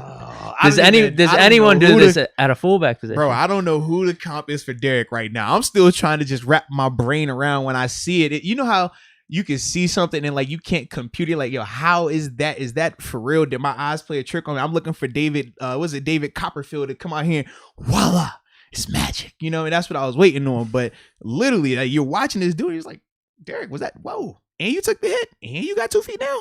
No, and you did it again. We're saying Tony toe tap stuff, bro. Like, I joke about thought it a was little, but it was like, yo, he looked good, man. He looked good. Damn. He looked good. That's all I'm going to say, bro. He looked really good, though. Well, you want to talk about who you're excited to see in the Hall of Fame game? Hey. Well, actually, no. I was going to bring this point up. Mm-hmm. I don't want to see any of that. I don't want to see the Matt Canada offense. I don't want to see any of that in the preseason. I don't want to expose any of it before the regular season comes. We shouldn't, at least. I don't think we will. Like, knowing Coach Tomlin, I don't think, even if Matt wanted to be a little bit more demonstrative with his play calls, with his scheme, I don't think Coach Tomlin would even allow that, because Coach is super vanilla in the like, I've been places, man, where you literally go into a preseason game with 40 calls, another 20 checks, and we're watching film on these guys, and you're like, bro, how do you even know if he's on the team? Like, you get out here and it's like, yeah, this dude's not even dressing today, Coach. Like, you wasting my time here. But I've been places where they are that serious about the preseason. I've been places where they're like, yeah, we want to win every preseason game. They celebrate being 3-1 in the preseason, 4-0 in the preseason. And then you start the season off and you're like, bro, we suck. You know what I mean? Like, I've seen that. In Pittsburgh, bro, we do not care. Coach Tomlin has zero cares to give. You see, I did the cares to give instead of something else to give about preseason games in terms of wins and losses. He's big on the evaluation. He wants to see, if I give you 5 vanilla calls, can you, whether the chips are stacked against you or in your favor, can you produce every single time? Because it's easy for me to scheme you open. It's easy for me to scheme up a blitz for you to get a good matchup. But what happens when it's even? What happens when I don't get that chance to scheme you up? Can you still execute that call? Can you still get us out of this stadium? Can you get us out of this third down when it's not the best call? When you're in base personnel. We know who it's going to. Right. They know the play. You know their play, whatever it is. Yeah. Right. And that's the thing that he tries to accomplish in the preseason. So with Matt Canada, even if Matt wants to come out here and get super exotic, Coach Tom's not going for that. It's going to be like, you'll see, obviously, like the basic framework of the jet sweep part, because I mean, when we did the film breakdown of Matt Canada. Anybody that's been to practice so far, you've seen it. 80% of these plays, you got a jet sweep. Like, it's just, that's the motion. That's what he likes to do things. So that part is still going to show up. But in terms of some of the more exotic stuff, some of the trick plays that he's broken out in practice and stuff like that, we're not going to see any of that type of stuff, man. Now we got a few more chats. All right, let's get the. Oh, is this my Irishman? Yeah, this is my Irishman right here. So we'll get to him first. Yep. We'll take a quick break. We got a break? Not a break in a sense, but we got to pay the bills. Oh, sure. The sponsors. Sure. We got to give the sponsors their due. That's all I'm saying, babe. Not take a break in the sense of, hey, we'll be back in 5 minutes. Peace. Not that sense, man. So we'll start with Michael, my Irish partner. And then after that, we'll take our quick little sponsor, and then we'll hop back into this conversation. Sure. All right. So you want to get the reading, or you want me to read this one, man? It don't matter. Yeah, I'll read it. All right, you get this one, because I got to talk next anyways. Yeah. Sure. From Michael. People bash Ben for being old and love Lamar, Burrow, Baker, who have not accomplished anything. Talk about it. Shout out. You know what? I'm pausing. I'm pausing the comment. I'm just saying, hey, you've come to the right place. You've come to the right place. Love it. Thanks, bro. Thanks for saying hilarious, bro. You are hilarious. Then he goes on to say, they also act like the Steelers have done nothing to improve. Haskins is a first rounder. That is not nothing. I do agree with that. So you kind of lost me there. What you mean by that?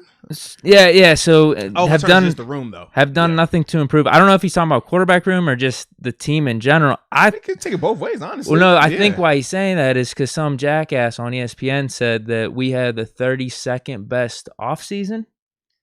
We had the worst offseason amongst all the other NFL teams. Which guy said? Was that Tannenbaum again? Because I know he doubled down on his 7 comments. No, we got another person trying to take his throne. It's when I saw Clay. the double down, I was like, his last name's Clay. Mike Clay, I think. Mike Clay. Okay, I was like, was it Travis Clay? I don't know. Yeah. So that's probably why he said that comment. I think that's just an asinine take by that guy. But then Haskins is a first round. I mean, that is another thing though. You want to talk about improvements we made? I thought.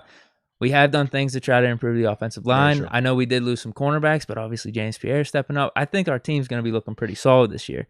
But then to say, hey, we brought in Haskins to the QB room, that's for basically free. You get a first rounder who's like a top 5 to 10 talent. Come on now. That's something else. It's actually looking like that right now as well, man. Yeah, 100%, man. So I think he's saying that for people bashing the Steelers offseason, that's asinine. But to think that we got they said we had the 32nd best offseason. Think that we picked up Haskins this offseason, like that's something. Like that's a significant move right there that you wouldn't put him last. I mean, think about you bring in Melvin Ingram. I don't sure like Melvin, lose by Dupree. Haskins. even Trey Turner isn't a run of the mill. Like if we don't have those 3 guys, you can make that case. We were concerned. Right. But when you bring in those 3 guys, that changes a lot. Those are 2 of these dudes are legit Pro Bowl players in terms of Melvin Ingram and Trey Turner.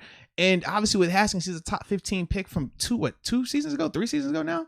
Yeah, I'm not willing to go 32nd. I've seen some teams out here they've done a lot worse than we have this offseason. We're able to bring back Cam Sutton too. And this isn't an offseason move, but then we get Devin Bush back out there. Exactly. Like people forget about the things we were complaining about the Steelers last year. Yeah. We've hit basically all these holes, except you could say the offensive line still has some uncertainty. Part. Yeah. But if you were thinking the offensive line can't get any worse than last year and everyone was old, we have some new guys in there. So that's another thing that I don't think you can completely say is a negative. I agree. I spin it as a positive, but if that's the only thing, man, it's like, bro, there's uncertainty there, but the uncertainty could be pushed in a positive way when you compare it to last season's offensive line. That's how I feel. Whenever it's you just start an talking asinine about take. 32nd best offseason or Ben to be the worst quarterback in the division, and I'm just like, yo, we gotta chill. You gotta relax, baby. You gotta relax. My man, I mean, like, was it the best season? No, but it definitely wasn't the worst. All right. Like, it's crazy. Still won the division, and we weren't happy about it. Not at all. Not at all. That's how we do in Pittsburgh. But it's all good. We try to win championships. You make sure we stay locked in on this chat real quick because I got to switch over here. Dude, the chats just keep coming in. I know, man, which is it's a good problem to have, though. Sure. We appreciate this problem that y'all have created, man. Because it all has to do with the Hall of Fame game, state of the Steelers anyway. And that's why we're able to accommodate y'all with these shows, baby. We're going to make sure we dive into your comments even more as we come back. But before we get to that part, we got to talk about our friends, man, because we were talking about Mars a little bit earlier, right? Sure. And we know when it comes to different planets, they got different regulations on their grooming, man. You can't be going up to different planets, especially Mars, which is stuff not, in order. So Mars is strict. Manscaped, they're very strict. Wow. They're very strict, which is why at Manscaped, that Lawnmower 4.0, you can go out of space with that, right? Damn, it's regulated. Bro, what? Come on, man. We super regulated over here. Yes. Our friends at Manscaped, they create the best products when it comes to below the waist grooming. I'm talking they're undefeated. Now, not just below the waist. If you need to go into your other delicate areas, the Lawnmower 4.0 is perfect for you because not only does it have the light so you can see, we talked about that. Sometimes some places are a little bit darker. You need to turn the light on. I mean, if you're navigating through space. Come on now, on the final frontier. Yeah. You want to make sure that you can see. You don't want any asteroids getting in there, especially when you're down by the stubble. We don't want any of that, all right? Watch out for those meteoroids too, man. Just, keep them separated, all right? Slow and slow.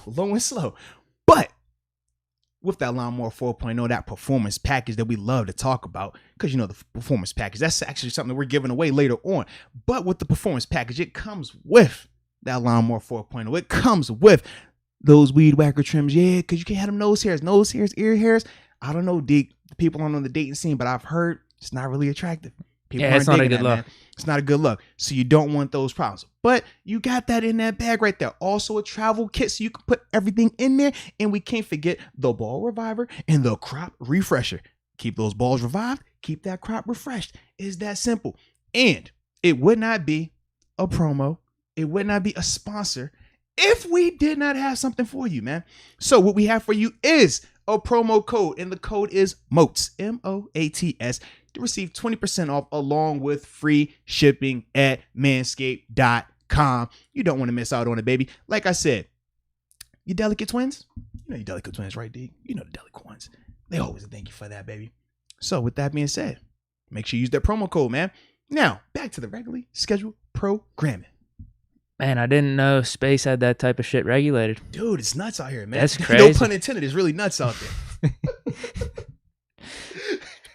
You want to be aerodynamic so you don't get caught in the atmosphere, like, with the hair sometimes. Yeah, bro. the people, so they'll just send you back home, like the aliens in Mars. I mean, I think they call it like a pube problem or something like that. Yeah, it was like a violation. It's crazy. That's what they said, bro. I can't make it up. That's what they said, bro. At least Manscaped's looking out then.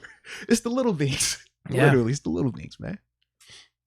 So we want to go through this chat then? Yes, indeed. We got 4 more super chats. But hold on. Shout out to John Boxer. John says that he's got a Manscaped and he doesn't regret it at all. We're glad to hear that, baby. So it's worth the money. Hope you use the promo code MOATS so you get that 20% off, man, along with the free shipping. Oh, and before we get to some of these super chats, man, these recent chats are kind of crazy right here. Because Roll Joseph says, why do we have 486 people in here? 486 but ain't haven't bad. cracked 300 likes. We're sitting at 251 right now. And trust me, the giveaways, I promise that happen. I'm waiting on literally one more thing so I can shoot this vid to get it out there for y'all. That's the only reason we haven't had it up there just yet. It's coming very, very soon. But yeah, man, brings up a good point about the likes. You know, I think we're supposed to talk about subscribers too, because that's the other thing they say. Oh, you got to get your subscribers, get more and more subscribers. It's supposed to be good. So what John Doe just said is hit the like button with the arrows on that. And then after you hit the like button, if you haven't subscribed already, hit the subscribe button as well. Now I think we've said all the things we had to say. Now we can get back to this chat. Yeah, no, it's a good point. Because don't you got to talk like that, right? That's what you're supposed to do on YouTube. Yeah, because if you subscribe, you hit the notification, then you could know when new vids are dropping, the live streams are happening. I mean, actually, both of us have been doing a really good job lately, We're getting there. Of posting more when we're having our shows. But when you're subscribed, but when you liked the channel and you don't have to worry about that as much. You hit that little, the little bell. It's like ding, ding, ding. Just tap that once and it got you. You're good. Anytime we hop on, you get a little notification. Hey, the guys are back on. Hey, they're getting active. Hey, they're alive. And then y'all don't have to worry about missing out on anything, baby. Now with the super chat. Uh-oh. Let's get with it. What you got for us? We got Ricky Cope again making a nice donation. No, I mean, we appreciate you on that. Yes, indeed. Big shout out. Yes, indeed. Can I just say the amount we are all excited for the Steelers to perform this year. We're all excited for you two to progress in this platform as well. Ooh. So it was just more of a shout out. Dude. Thank you for that. We appreciate you. We're ever evolving. You know, you either get better or you get worse. We're just trying to be consistently varsity. We want to be above the line with our performances. We don't want Coach Tomlin to have to go shopping with us. We don't want Coach Tomlin to just paint the barn red because all he has is red paint with me and Deke. No. We want to be overachievers. We want to make sure that when we come out there, he's like, you know what? That's my guy. We're going to, hey, whatever they say goes, you know, we're getting there in due time. Yeah, so big shout out there. We got Matt Mixich. Shout out to Matt. We love Matt. Matt's the What are Deke's chances of being a sideline reporter for the Steelers? 0 probably. Wait a minute now. Hold on. Because they did just make updates to the broadcast team. We did see where Craig Wolfley was officially promoted to be the color analyst in the booth with Billy Hillgrove. Big time shout out to Craig Wolfley on that, essentially replacing Tunch Ilkin in the booth. And and then because Wolfley used to be on the sideline as the reporter with Missy Matthews, now Max Starks, 2-time Super Bowl champ with the Pittsburgh Steelers, will be taking Wolf's role of being the sideline reporter along with Missy Matthews. So you might have a chance, bro. How do I fit in there? Just somehow, some way. That's just not my role. I don't think that's my lane. Just dress like that, and then just look confident. You know how you look. Do you think the Steelers will be liking the questions that I'm asking? If you pull up with the energy from the softball game, they're gonna love it. The Steelers. Yes. If you pull up with that energy, they're gonna love it. Yes. Asking Banner about Devin Bush's Twitter. They'll be fine with it. Absolutely. You should have asked Mason who the GOAT quarterback was. They'd be good with that. Absolutely. They would love it. All right. Well, if you it's all about content, man. If you say, you know what I'm saying? Like, hey, that's going to get people clicking. That's going to get people tuning in. They're going to say, I got to hear what this man I was going to say, if you think they love it, maybe my chances are better than I thought, but I would say 0. Look, I happen to know a person or two that I could get you in, you know. Okay, so maybe since you got the connections, and if you're saying they're looking for that type of content, maybe my chances go up to like 5%. That's all I'm saying, bro. Don't shortchange in my yourself, lifetime, man. I mean, I would say the next couple of years is pretty much 0. In my lifetime, who knows what happens in 10 years, right? I think you could do it, man. I think you could do it. I don't think the chances are high, but I appreciate the support.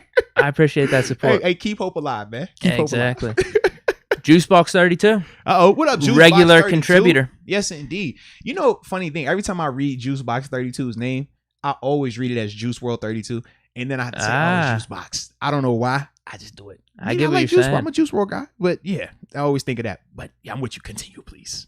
Oh, shit. I lost it. Oh, no, we're good. Now, this one, maybe we can answer this at the end or something. Okay. I don't know. You tell me. 3 guys you have high expectations for and 3 sleepers you expect to surprise us. And then also saying annihilate that like button. I like that. Now, is he talking about for this game or just the season as a whole? That's true. I mean, we'll focus on this game. We'll focus on this game. Okay. Three or actually, because I know I'm not gonna see everybody that I want this game. But you know what? No. We'll focus just on this game. We'll focus on this game. So for me, 3 guys that I'm interested to see, he says, and then 3 guys high expectations for, and then 3 sleepers. Okay. You expect to surprise us. High expectation guys are Pat Freiermuth, Alex Highsmith, James Pierre.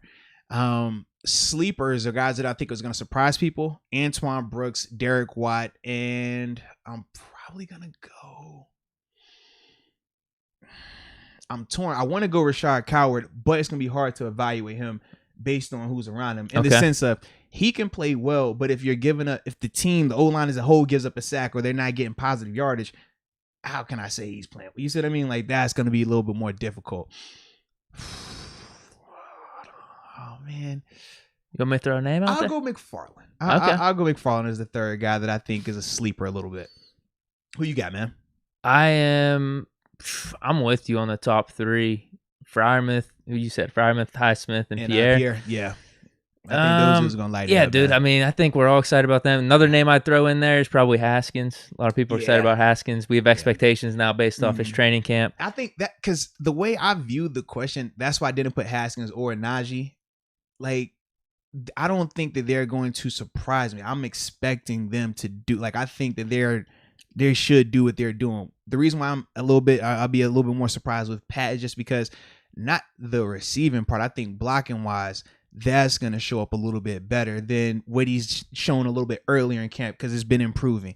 So that's why I said him. James Pierre, because I need to see more of it in the stadium, right? Yeah, people are amped up about Pierre. And what receivers is he going to be going up against? Right. If they actually play those top 3 receivers, heck yeah, they got that could be guys, fun to watch. Maybe they'll sit Cooper, but you could still have CeeDee Lamb and Gallup on the outside. Absolutely, man. So to me, I'm like, that's exciting to watch. And then with Alex Highsmith, just because he's been filleting every single person that showed up against him. You name a tackle that's lined up, you name a tight end that's lined up, and they've been a victim. Not a stalemate. They've been a victim. All right. So I just need to see Highsmith carry that into the stadium just once. Just give it to me for this Cowboys game, and I'm good into the regular season. But he's the other guy for me, man. Sleepers. The name I'm gonna throw out there. I don't know if I'm gonna give a top 3. The main guy, because I was actually gonna bring him up as like my X factor late in the game. If the Steelers are gonna win this one, what's gonna have to happen? Rico Bussey. Okay. They've been saying he's got this nice connection with Haskins. All of a sudden, Haskins comes in late first half, maybe in that second half. He's going up against the Cowboys 2s and 3s. That connection from training camp translate over to the Hall of Fame game. Okay. I think Bussey gets a touchdown or 2. Haskins has a pretty decent end of first half / second half. That's what I'm thinking. I don't know if it's a sleeper, though, because a lot of people are high on him right now. Yeah, because he has been catching some touchdowns. Yeah, he's been looking well out there. I haven't paid attention necessarily to who he's been going against. That's my only thing. Like, like when I talk about Pierre, like I've seen Pierre go up against Claypool, go up against Deontay, go up against Juju. Just watch, what I'm saying, certain players like that. With Rico, it's funny. It's one of them things. I catch him. You think after it's AB? The fact. No, I didn't say that. No, don't just put that in. Hey, I ain't go there now. All right, we're not doing that. 8-4. Stop it. Stop it. But I will say, like, I catch him more so after the fact because I'll be more so focused on who's at quarterback. And then when I see the throw, I'm like, who made that? Oh, that was Rico. And I'm like, dang, which corner was that? And it's too late by then.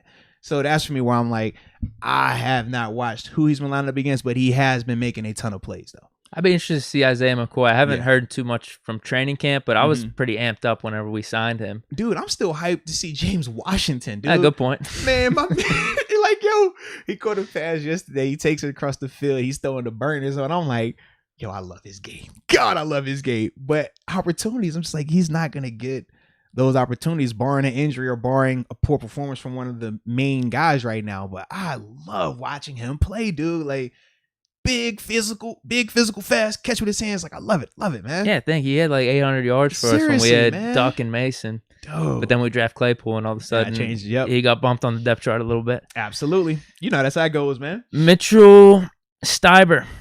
Y'all need to stream together during the games. Would love to engage and hear your thoughts between commercials and during the games. Keep it up. SNF. Right. Sunday Night Football? I don't know. Steeler Nation? Steeler Nation family? Steeler Nation forever? I don't know. Steeler Nation fans? I don't know. Yeah. I don't know. What does SNF stand for? I'm really Sunday Night puzzled by Football. that, right? That's what I go That's with. what I'm thinking, yeah. But I think it's got to be Steeler Nation, probably. Yeah. But we straight? No, we did the draft. Yeah, we did the draft together. Most of the time with the games, though, we're probably gonna be there, especially like when we're tailgating. So that's, I know, plays into some of that stuff also. But yeah, well, now that the schedule, now that I know on your, I don't know about your, I know my schedule, I got it. So now I'm good, and now I'll be able to go ahead and make more plans going forward. So we could definitely look at something like that. Yeah, maybe like a one-off or something like that. Because Right. there's something to always like watching the game with your friends or something like that. Because we are going to be scheduled. We were talking about this. We're going to be pretty on point with our timing once the game's over. Like we'll be giving you that coverage early. Yeah. Like we'll get you what you need. You're not gonna be waiting. So that's the thing where it's like, I mean, the live stream, we'll figure it out. We'll see. But we got y'all covered though, content wise. I can assure you that, man.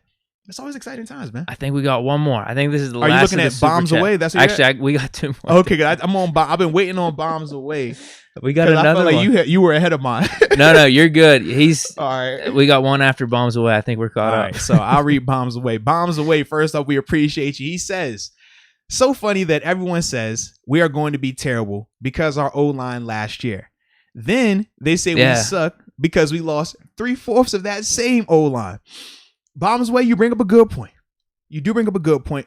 But the reason why people are still a little bit more panicked about the O-line is because even with the pieces that we lost from last year's quote-unquote bad line, the question is, did we upgrade that line? New pieces, yes, but are they better pieces? For example, if J.C. Hassenauer starting week 1, is J.C. Hassenauer an upgrade over Marquise Pouncey? Chooks Okorafor starting at left tackle. Is Chooks an upgrade over Al? You know what I mean? Like, that's the thing. So different, yes. Trey Turner. Is Trey Turner an upgrade over David DeCastro? Now, last year's version of DeCastro, you got a chance here. You got a chance. But we also know last year's version of Trey Turner wasn't the best. 100% healthy now. 100% healthy. Looks good. We'll leave it at that. So yeah, I was going to say the 100% healthy part. He hasn't been practicing, so I don't know what the hell's going on. That's the same thing with Dotson. I don't know why. But you see what I'm saying? Like, that's the part where I'm like, that's why I am a little bummed. I am a little bummed with these training camp reports that the full offensive line hasn't been together. All right, so I'm like, you tell me you're 100% healthy, but when we're out here practicing, you're not there all the time. When you tell me this guy's healthy, I look out there, and he's not there all the time. Somebody not telling me the truth here. I don't know who, but somebody not telling me the truth.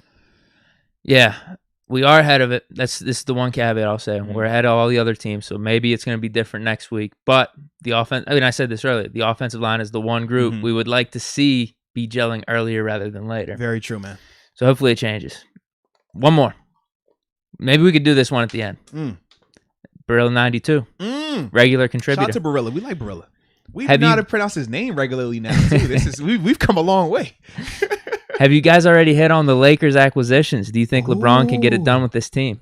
We have not hit on the Lakers acquisitions. You know, we love our Brown. We love talking a little hoops every once in a while. We will hit that at the end, though. We'll table that. We'll hit that at the end just because we in the flow right now. You know, we in the flow, but we got that. We'll rap about that a little bit for you, though. Sure. Yeah. So I think did you have any other ones? No, that is it in terms of the chat. Like, we're all caught up. Okay, because now I'm looking at the other part of the chat where we getting a little conversation going about Chooks. And it looks like we're having varying opinions on Chooks' ability to perform at left tackle. Whoa. Was it the Steelers? Was it Tomlin? Something came out of the Steelers organization that said Chooks grades better for us at left tackle. We're happy. We're happy for him to be at left tackle as opposed to right tackle. But he hasn't been practicing, so that's my only concern right now. If they're telling the truth on thinking that he's going to be a better left tackle, and you even said, now not necessarily he's going to be better than Villanueva or whatnot, right. But you thought that he was fit for left tackle because of his athleticism. If he's the best guy we got, because Dan Moore, he hasn't been having the best camp, has he? It just sucks because Chooks hasn't been playing. That's the main thing. So with Dan, I don't say he's having a bad camp. You have to he's a rookie and he is taking a ton of reps right and left, like a ton of reps. So I don't view Dan in the sense of good camp, bad camp. I look at Dan in the same as how I look at Kendrick Green. Reps. Good, bad. You just need reps. Just opportunities. You need to get your butt kicked some days, and then you need to kick butt. But what I will say I like about Dan is this. The question surrounding Dan coming out was his mean streak. Could he be mean? Could he be physical? That was the knock on him coming out of Texas A&M in terms of just being too much of a finesse player. Since I've been out here at these practices, him and Kendrick Green have been two of the main guys being extra physical. You talk about some of the fights that have taken place in practice, largely because of him and Kendrick finishing plays. And what do I mean by that is this. It's on veterans too. Exactly. Whistle blows, they keep blocking a second or two after that. As a young person, that's how it's supposed to be. As a veteran, you hate it because you're like, bro, stop. Like, the play is done. Get away from me. But in a game, you're taught to finish through the whistle. You're taught to, you don't stop when the whistle blows. You stop on the echo of the whistle because it just gets wacky at times, right? So when I see Dan is practicing like that. That stands out a ton. That looks good. Obviously, the D-line isn't as fond of it, and we've heard some of the reports about the fights that he's been in. But those are all positive things for Dan. And that's why with him, I'm like, I don't think it's necessarily a bad camp. Now, he's not kicking the craziest amount of butt. I mean, he's going against Alex Highsmith at times. I already told you. Alex Highsmith. Alex Highsmith. Stud Steeler outside linebacker. Listen, we've all seen the movie Taken, and we all remember when he says, okay, I'm coming to get you now. Or however he says that thing, right? He's like, okay, I'm going to find you. Like, that's what he's on right now. My man is on a mission to whoever you put in front of him, just, hey, good luck. That's what you say to him. Good luck. Because it's over, bro. Like, Highsmith is like that. But with Dan's mean streak has been showing. Dan's competitiveness has been showing. And that you can win with. He'll develop. He'll get the technique. He'll get acclimated.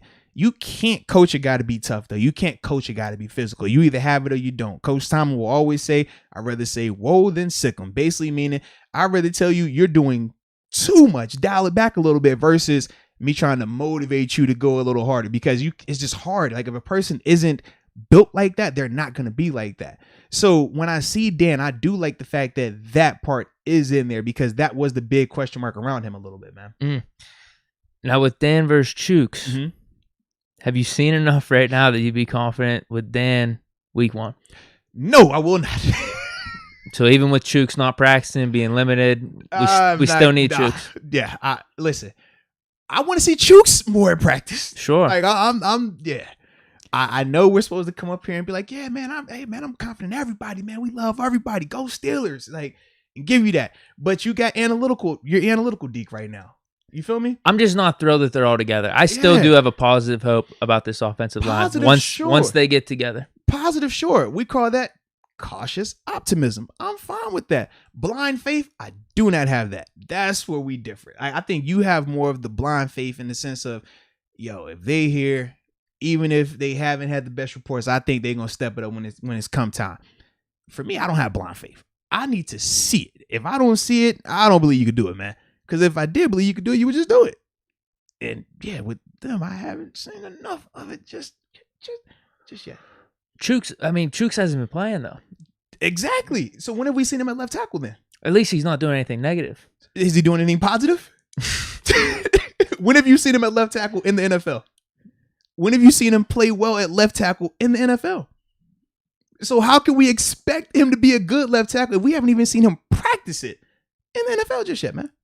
You catch my drift? Let's wait a week. I told you. I will wait. Give me a week. I don't mind waiting. Give me a week. But when you hear me talk about the blind faith, I don't have that in those guys when they have never done this at the NFL level. That's why I'm like, yo, I need to see them out there. So when you talk about, am I confident if Dan were to be the starter in week 1? No. Am I confident if Chooks the starter in week 1? As it sits on August 4th, 2021 at 8:40 p.m., heck no, I'm not confident either one of them. I hope that changes, though, through this preseason. Because trust me, I'm easy to persuade now. It don't take much. You go out there, man, you got a pancake or two, you keep my man, whoever at quarterback, keep him clean. Hey, I'm sold. Low expectations. I'm sold. But if I don't get that, baby, I'm nervous. Yeah. No, I think Chooks. I was going to bring up Al because Chooks right now over Al last year with no practice on Chooks and stuff. I'm good with Chooks, man. Honestly, stop that, bro. Now is that a little too far? Al's a Raven now. I don't know. You better stop. I don't know. Maybe, but I think there have been some stuff popping up around Twitter, or like Al was getting torched or something like that. Yeah. In Ravens training camp. So that was. Can you say it's positive Steeler news? I guess you can because that's the enemy. To hear that your former offensive lineman, they just signed to what, $7 or $8 million, is getting torched in their training camp. Is he playing right or left out there right now? I think it was right. I think that's why they signed him, right? Wait, because I know this they signed him to play right, but I wasn't sure if Stanley was back taking all the training camp reps just yet. So that was the only thing, man. But I ain't following them like that, man. That's Baltimore. I don't care about them dudes just yet. We'll worry about them when we got to worry about them. They can kick rocks right now. I think we had another super chat pop up real quick. I think we did. This kind of has to go with what we were talking about, though, with the offensive line. Chooks, Dan Moore. Let's go UW. Another regular contributor. Yes, it is, man. Every time he comes in here, I say, man, shout out to Wyoming. How much would you contribute that to the new offensive line coach putting in a new mentality? I think you're talking about Dan Moore. That's actually a really good Kendrick Green. Yeah, that I didn't think of that, but you're absolutely right. It definitely could be. We remember when Kevin Dotson spoke on Adrian Clem during OTAs. He said that Adrian has that mentality where he wants you to essentially be tough guys, go out there and be physical, get back to being what we used to call the O-line, the goons. We was like, yo, that's the goons. They go up there, they wreck and shop, like hide the kids, hide the wives, like it's gonna get gory out here. And knowing that's the demeanor that Adrian Clem has had under his coaching experience at the various places collegiately and professionally, I do like that. I do think that probably is what's pouring into Dan Moore, because Dan is a rookie, right? So he is really going to be taking whatever you get from the coach. And I think that part is a good reflection of Adrian Clem as well. When we're talking about a new coach and can you get guys to respond, when you talk about a guy in Dan Moore where questions were around his physicality, and now he's showing that physicality under a new O-line coach who preaches physicality, you could draw a comparison there. You could put a connection there. I think of Rashad Coward, a guy that came over from Chicago, struggled a little bit, him playing well in training camp. O-line, new guy here, new coach here, Adrian Clem. I think, okay, that's a reflection of him also. So I can see the parallels that you're making right there. Let's go UW. And I do think that is a case. And I mean, shout out to Adrian Clem for that, because he was under fire when he got here, right? I mean, once he got promoted, we know. Now, we weren't hard on him. We kind of were more just open to it. And we were like, man, if you're going to make a change, cool. Like, they were saying he was a big contributor to Dotson's rookie year success. We were down with that, man. But we know there's a faction out there that weren't as fond of him for varying reasons. No, yeah. I think up to this point, if this is what's going on with Dan Moore, like you said. Now, correct me if I'm wrong on this. I swear he was like a mauler in the running game in college. Was it pass game he was too finesse, Dan Moore? No, like in general, he was never this big mauler. He was better in the pass game. That's what they were saying. Okay. Yeah, but they were also saying that him being an SEC tackle, if he was that good in terms of being a pass blocker, wasn't he a starter for all 4 years or something? 4 years starter at left tackle. Yep, in the SEC. But they were like, if you were that good and you were a starter, why didn't you get drafted earlier? In terms of, we talk about some of the more marquee guys that went out there. But that was the thing when I thought he moved. Well, I love his footwork, but physicality, it wasn't the same as when we talked about guys like Tevin Jenkins, guys even like Kendrick Green. Yeah, Kendrick Green. As soon as we drafted, he was another guy. They throw on these highlights. Yeah. I'm like, holy super hell. physical, man. Super physical. Yeah, so credit to Clem if this is what's kind of been happening thus far. Even though our line is a little mixed and matched, at least there's maybe some positives that you could take from his coaching. And you just got to keep going off that rest of preseason, then regular season. Because if the line's all shaky in the regular season, no one's going to want to have this conversation. It's the truth, He's bringing this mentality in practice and shit. We're getting smoked in week 2 or something. Just build off that. That's all. So that's the part where I'm just like, all right, we're gonna see, man. Yeah, but so far so good with Adrian. Real things though, man. Getting close, man. Yeah. A month and a week or something like that. I mean, I'm just hyped that we're gonna get a real game tomorrow. Yeah, exactly. Like, just because it's preseason, like when we talk about a guy like Dan Moore, this isn't a preseason game for Dan Moore.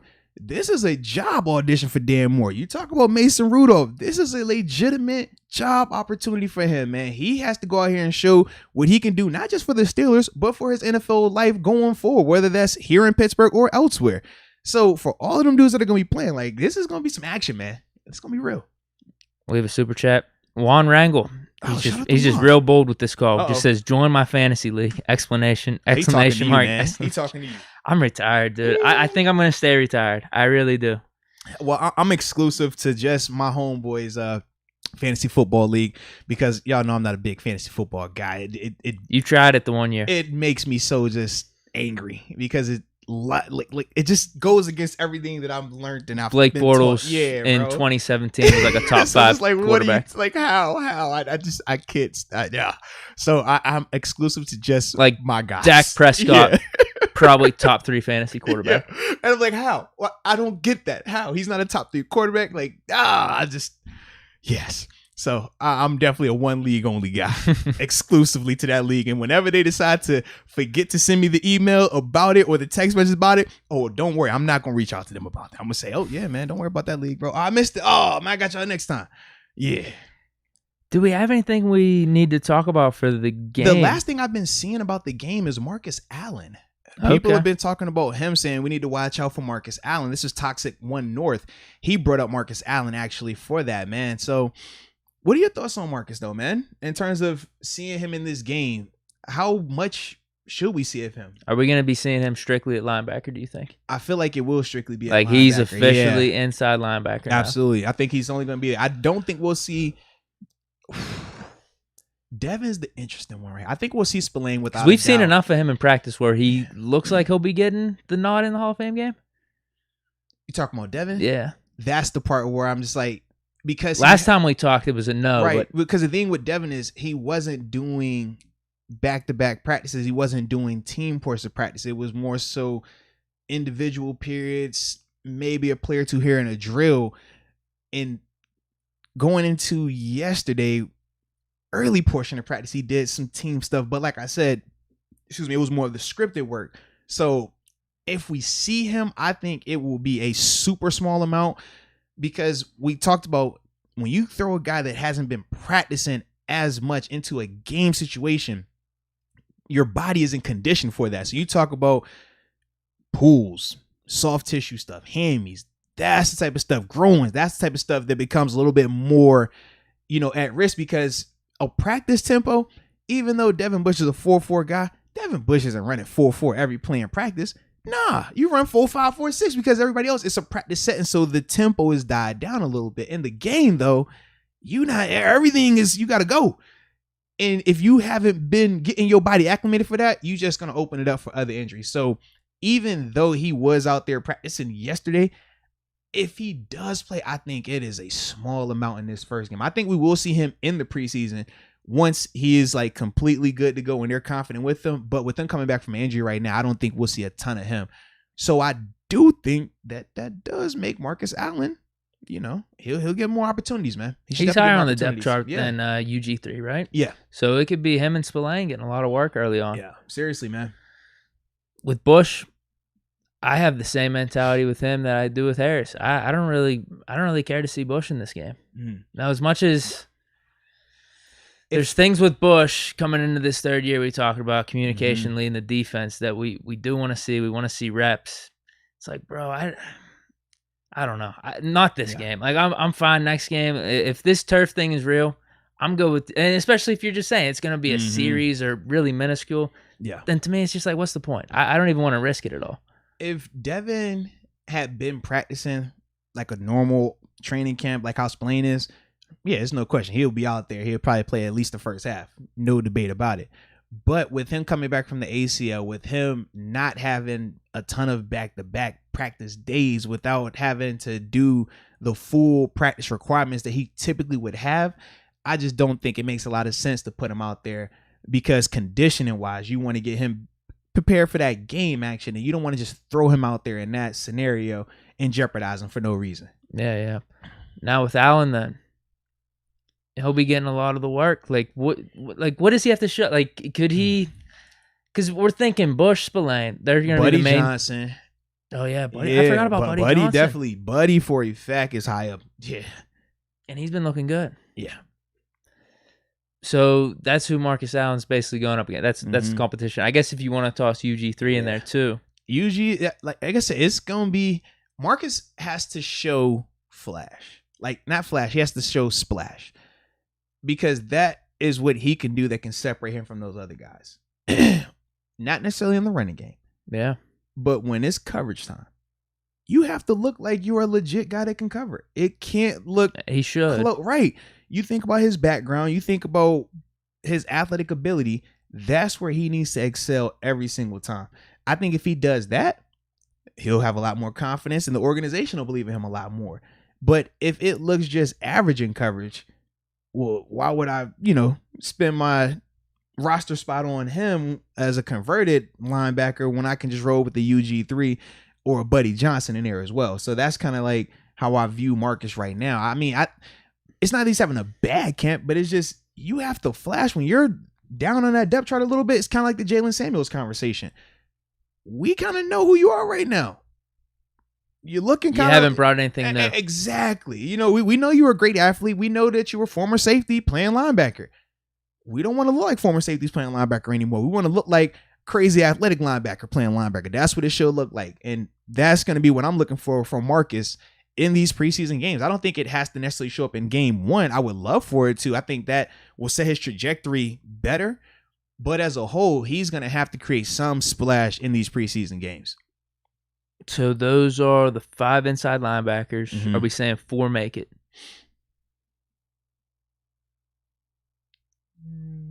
Yeah, 4 max. Oh, so it might even be 3. The only reason I'll say 4 is because Devin's coming off the ACL. Okay. And you're going to want to have just something extra, just in case. I get what you're saying. So then, we're not going to cut Buddy Johnson. There's no way. But no. So between Marcus Buddy, Allen, Spillane, and Devin, they're there for a fact. They're there. It's going to be UG3, Marcus Allen, really. Killebrew is different. Damn. Because he's technically, they're using him as a linebacker, but he's not a linebacker. You know what I mean? Like, I thought we brought him in just for special teams. that's how I look at it as well. But that still counts as a spot, though. That's what I'm saying. Is he bringing anything else to the table? That's interesting because I'd rather have a dude that could do both. But if Killebrew's this special teams ace, it's going to get us like these punt blocks and just tackling dudes right on the spot. Sure, we could keep him. But we're not going to be able to see that in practice. That happens in games because special teams in practice is a different format of how they do it. You're never going to get a chance to see a guy excel like that. Marcus Allen and UG3 then, do you think they're anywhere close to getting snaps for regular season, or are they just fighting for their job? Sorry, what I mean is everyone's healthy. We got Spillane and Bush. Yeah. Who's that third inside linebacker? Would it be Buddy Johnson maybe getting like 10% of the snaps just as like filler dude? Whereas it's hard to say that about Buddy because he's young, That's what I mean. So are any of those guys actually playing for time in the regular season? You think it's just going to be 100% Spillane, 100% Bush? Honestly, I think it's going to be 100% Spillane. To start off for like Bush, the first however many weeks. Until whether somebody's playing bad, somebody gets hurt, I definitely think that's how they're going to roll with those two guys. I mean, just based on what I've seen in terms of how they're utilizing them, the practice rotations and stuff like that, the groupings that they're with. Yeah. Spillane and Devin, anytime, like Spillane's been exclusively with the ones. Devin exclusively with the ones, but we said with Devin, he's not been taking every rep. So that's the part where you'll see Spillane go through the first 2 plays with Devin. Then he'll have a play or so with Buddy. Then it might go nickel and you might see, I can't drop that one just yet. Yeah, I'll be to drop it in like a day when it shows up. But it'll be a different person next to him in some of these package balls. But you'll literally see Spillane just kind of go through the list of like the different guys next to him. So that's why I'm just like, I don't see Buddy really getting out there like that over Spillane unless Spillane is playing bad. Because Buddy, he fits the Spillane mold. Yeah. Marcus Allen fits the Devin Bush role, but we already know what his limitations are. Ulysses Gilbert, once again, is more so just the health concerns. Continue to show us you're healthy, continue to be a good player, you'll be fine. Because athletically, he is the most on par with Devin Bush. But we also know, like I said, productivity hasn't always been there with him. But yeah, with Mark, I just don't know, man. He's going to have to create the turnovers. He's going to have to create those wow level plays. to really make it hard for them to say, all right, we're gonna make you that guy. We think you could be this last linebacker in this group. Like, because you're not gonna keep him if he isn't producing like that. Yeah. Because it just doesn't make sense. No, definitely. Confidence in displaying Bush pairing then up to this point, just off these couple weeks of preseason. I've liked it when I've seen it, but I've liked it more so because of how I've seen them work individually. I've seen Devin having to cover running backs out the backfield. He looks good. Now, granted, I haven't seen the matchups that I necessarily want to see, but in the matchups that he's had, he's looked good. Spillane, for the majority of the matchups that he's had, he's looked good. He's had a couple of them where he's just bad matchup. It's like Pat and Naji. I'm just like, I don't need to see you, Robert. And you know, Rob, that's my dude. Like, we love Rob. Rob was the homie. He came on the show, was a dope dude before he blew up. Like, always been. I think we helped his trajectory. I mean, we low key, but nah, I ain't gonna do that, man. That's the homie, man. That's all, Rob, man. We appreciate you, Rob, for even taking some time to hop on with us. But with Robert, like I said, as long as he's been matched up with guys in his framework, it's fine. When it's been Naji, what y'all think? You know what I mean? When it's Pat, y'all reading the reports from Pat, I can 100% confirm it. If Pat is running the route, it's a catch. It's a catch. Who compared him to Kelsey? One of our linebackers compared him to Kelsey. I promise you I can see it. I'm like, bro, okay. Dude, but he's bigger than Kelsey though too. Like if he could get that blocking situated, holy shit. I've been more surprised with his route running at the NFL level. Like I thought he could run routes well at Penn State, but the way they used him at Penn State was a little bit different. Watching him with some of the drills, how he's stretching the field, really having to go vertical, you're just like, yo, he is a nightmare because he's too big to get physical with up front. He's too fast if you put one of these regular linebackers on him. He's going to be way too big for any safety that's out there. Are you just thinking? He can legit go up and get it. Like I saw, man, Haskins threw a pass to him in the red zone, bro. It was first off a laser overthrow by Haskins. But literally, Haskins put this ball up here. Defender's right here. Pat is just up here snagging in it. I'm just like, I'm sitting here looking like this. My co-host looking like that. Mink is sitting on the sideline. He's over here like, God, dog. Like, Pat is different, man. Pat is different. It's funny. He went second round then. Yeah. Like, if you knew all this, easily first round? Yeah, oh, yeah, absolutely. But think about when he went in the second round, too. He still went pretty. I mean, it wasn't early, but it was still early enough. That's what it's just funny, though. Like, a lot of the X factors in the NFL right now are these tight ends that can do it all. And they're different, man. We may have found one in Pat. Yeah. It makes it a matchup nightmare because, like I said, defensively, you want to play base because if this guy can block, well, now you can legitimately run base plays. But if they stretch this dude out and he starts running routes and you got base personnel out there, well, he's going to cook any linebacker, outside linebacker that you might have. So when you find a guy like that, man, you're like, yo, that's the one. And that's why we were high on him in the draft process and why I personally didn't think he would last to us at 55. But early second, late it's first. Just how everything worked out. I mean, you think about how the running backs came off the board, how the old linemen came off the board, the quarterbacks, like everybody just played out weird where he just happened to fall to us. But dude, he looks the part. Like, man, I hope it looks like what I'm thinking it's gonna look like. I'm still concerned though if we're even gonna get to see that because if this O-line doesn't give us any time, he gonna be open, but it ain't gonna be nobody to give him that rock, man. Damn. That's now you see my dilemma. Is that just sobering? Now you see my dilemma right here. I need to go to Mars all day tomorrow just to prepare myself. Yeah, tomorrow's gonna be fun. I'm trying to think. We got one more, I think. Let's go UW. Oh, he's back. All right. What we got? Trey Norwood. Can't wait to see Trey Norwood this preseason. Been hearing good things. I like Trey. I like Trey's game, man. It's funny though. Trey, when I'm watching Trey, similar to what we thought going into this thing, super reminds me of young Cam Sutton. Okay. I watch him play and like I have to remind myself when I see his number, I'm like, that Cam. No, it's not Cam. That's Trey. But then the flip side, Antoine Brooks, he reminds me of Mike Hilton. Sure. So I'm really liking both of those two young players right there. But sticking with Trey coverage-wise looks really good. Trey looks kind of small in some of the drills that I've seen where it's been some tackling stuff, but he's been matched up with guys like Juju, Claypool. You know what I mean? So You watching him versus those guys, he is gonna look small, but he's competing. That's what I do like. Now, you probably say, well, why don't you go against a Deontay Johnson? Because Deontay's small. That's Minka. Minka and Deontay have been exclusively going against each other. Wait, why? I don't know, but I absolutely love it, bro. You talk about cat and mouse. You watch them two dudes in drills. It is some high level good on good because you know Deontay with the ball around the line of scrimmage is lightning, electric. Oh, so they're getting Minka it to him early? Yeah. So you've seen it's drills where Minka is literally like, okay, we're gonna simulate a screen pass to Deontay. Minka, you're gonna come from 5-7 yards depth, make this open field tackle. Deontay, you got essentially from the hash to the sideline, and they are battling, and it's tackles to the ground. Well, that's good because we weren't seeing that from Minka. Yeah, these dudes are battling. Like I'm loving the fact that Minka is taking number one great angles in terms of his pursuit, and in terms of just his ability to fight through stiff arms and understand how he would be tackling a guy.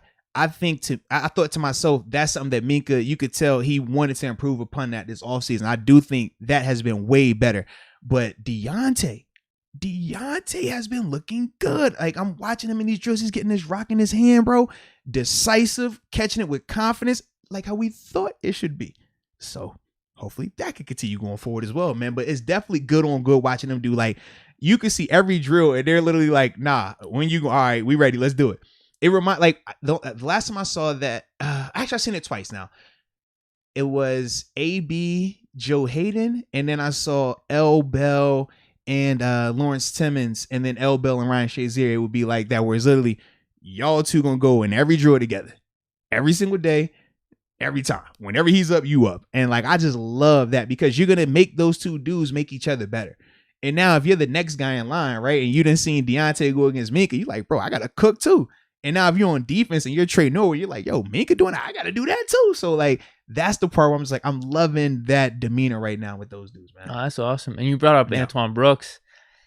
Stocks are really high on him right now. Yeah, absolutely, man. Juju was speaking highly of him. He's like, dude, like he's battling with me. And like you said, people are comparing him to Mike Hilton. So looks like he is the inside track right now to be the starting. He hit Naji 2 days ago, bro. I was ready to come out the booth like, no, don't hit Naji like that, please. My heart stopped. Like, it was one of them. You feel me? Dude, yeah, because we don't want, that's like the last thing that we want right now. I'm like, if this was in a regular game, like we've seen Mike Hilton hit people like that, and we're like, yo, that's our little homie right there. Like, go ahead, do that. But he was hit Naji. Like, I was like, Lord, please, God, Naji, are you alive? You good? Thank you. Don't do that ever again. You know, ever again. But then Naji just came back like 2 plays later and just jumped clean over and was freaky. Yeah. I'm like, yeah, Naji, that's what you're Naji right there. Get some hurdles going. Yeah, man.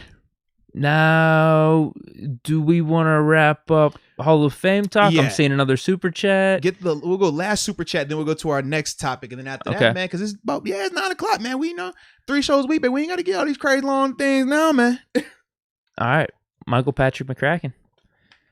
Prediction. He just got to take. He just wanted to come out firing all cylinders. Guns blazing? Yep. Prediction. Benny gone. Balaj and McFarland take over. Mason gone. I don't know by trade or we just got him. What? Haskins takes over. Mason and here we go. Mason and Benny traded or cut. So either or. That is pretty interesting right there. I like the hot take though. Benny gone. Oh, I mean, if they keep Balaj, it would not surprise me. Kalen has looked good. So that would not surprise me at all. And it would be something different than what they're accustomed to with Benny. Obviously, with Balaj, he gives you a little bit more size because he's a taller player. He's more of the Naji Harris framework. So, yeah, I mean, I wouldn't be surprised by that. Then he says Mason gone, Haskins takes over. Will we be surprised by that either, though, realistically? No. Yeah. No, not Could he be traded, though? We don't want him to be cut. Just trade him. I do not want him to be cut this year. No matter if Haskins wins or not. Well, it depends. If we're getting a 4th rounder, I just want to. I don't want a 2019 scenario. I'm with you 100%. I just don't. I think Mason could win us a game if like Haskins got hurt and Ben got hurt or something like that. Yes, I'm with you because that was rough. There's no reason to be doing that. For this season. We went through a hard time, bro. That was a rough year. It was. I did not like that. One more name before we go on. Okay, what we got? This is from Kevin. Mm-hmm. I watched college film of Steven Denmark. Ooh, a lot of people have been talking about him. This is true. He looks like a real deal, but I haven't heard you guys talk about him at all. That is true. We haven't talked about him. True, man. I'm not gonna lie to you. I haven't watched him to the point where I'm comfortable talking about him like that. That's the big reason why I haven't came up here and spoke a lot of him. But what I will say is this: he is on my list for Thursday night, so we're gonna get a chance. And if he isn't out there getting a ton of reps on Thursday, I do anticipate him getting a ton of reps Saturday in practice. Which, like I said, I'm at every practice. I'll be giving those reports afterwards for the upper room members as well. Like I said, I'll definitely lock in more on Denmark though. But that's the biggest reason why I personally haven't been talking about him, because I know I just have not watched him to that extent just yet. But like I said, I will, man, and I'll make sure that I come back and give you a report, Kevin. Yes, indeed. Yeah, I like that. Upper room exclusives, maybe on Saturday. Oh no, man, we always got heat for him, man. Hey. If you are upper room member, I got to make sure that y'all know y'all are appreciated. You feel me? So that's why we do little things like that. We talk about the fan call line, right? That we're going to have. That's available to the upper room people. I'm putting the number in there. Actually, I'll probably put the number in there tonight. I was thinking about waiting until tomorrow. I'll just make sure it's in there from upper room people so y'all can call whenever y'all ready to call. But we'll be taking the game questions. That's what we're going to be talking about. All right. So just once again, hear your voice live on the podcast. Absolutely, man. You're going to see us put the headphones on because we ain't going to be able to hear you. Like, all right, boom, boom. Oh, that's what it said. All right. But now we're going to get the reading it off. Now we're going to get the reacting to it. So just letting you know that's available to your upper room members. All right. So yeah. But I think any like final takes? I gave my X Factor Rico Bussy. Well, I feel we're doing a score prediction. I have been asking score predictions on my other shows, so I feel like it's only right to get your score. In fact, people in the chat, we take every game serious here because every game matters. Y'all know that. I've had coaches tell me if they're keeping score, we're trying to win. So with that being said, ladies and gentlemen, let us know your score predictions for this preseason game. This game 1 versus the Cowboys. Yeah. I guess, could I get my, I'll go ahead. Yeah, you go first. Man. I'm trying to think right now. I'm going to go with the exotic score of 17-12. Whoa. I don't know how it's going to happen, but I'm going 17-12. You know, it's the preseason. It always gets weird. So yeah, 17, but Cowboys win. I said Cowboys win. No, Cowboys don't win. Steelers always win. We know that. But Ben DiNucci balls out. Shout out to my JMU guy. What happens with that then? Though he's not able to lead the final drive, or no, he's not in at the end. Someone slips. No, he's not in at the end. Yeah, he cooks. You know, second, third quarter time frame, does what he needs to do. Then after that, he puts somebody else in to wrap it up. Okay. Well, I'm thinking Haskins gets 2. Ooh, 2 teddy birds. And you know what? If Naji's gonna play, I think he's gonna score on the Mason drive. Mm-hmm. So that's 21 points right there. Okay. Does Dobbs get 1? Oh, we going off. I think 24. We get 24. Okay. I thought it was a 24-17. No, you got it wrong. You got it wrong. I mean, that score is 23-17. That right? score is banned forever. I am not bringing that score up again. And I don't think I'm going to do that this year. Like, I think I'm done with that. Well, come on. We got new year, new Deke over here, man. I can't be running the same score Deke again. Energy right here, bro. Yeah. I can't keep running the same score. Nah, man, that's for little Dekes. Big Dekes, we pick different scores. Okay, yeah. So 24 for us. I do think our defense is going to be locked down. I think we have I think we're pretty damn good at depth. Their depth, I don't know too much about it. I shouldn't because I'm not checking in on the Cowboys, but I think our depth's pretty damn good. I think we got some guys at cornerback like Mark Gilbert, Shakur Brown. Justin Lane, we're getting spotty reports on him, but he's going to be fighting for a job. Well, and Buddy Johnson. I like some of our depth. Louder Milk even. I'll even say this with Justin. Similar to Mason, he looked bounced back a little bit. I did see that. He looked good. I didn't want to go because I was like, knowing the practice set, and that's another reason why I didn't do a video after that, because I was like, that's not it's a practice, yes, but it's not the same a little bit. But it was good to see Justin look like he was more confident. It was good to see Justin making plays on footballs and stuff like that. But that was the only thing with that in terms of just, little caveat. So what I said, we get 24. I do think our defense is going to be pretty locked down. So come on, bro. Why not? I think they just get a couple field goals. Garrett Gilbert's going to lead drives? I think they get 6 points. Who's going to score? They're going to kick a couple field goals. What? That's it. That's what we doing? That's all. So 2 DiNucci drives for field goals? Yeah, if you think he's going to do good, well, I'll give DiNucci the score drive. Yards, dude. Yeah, he's going to have about 200 yards, 14. So we're getting cooked, actually, but we're good in the red zone. Yeah. Bend but don't break. Louder Milk gets a sack, maybe. Yeah, he'll get pressure. Roche, maybe.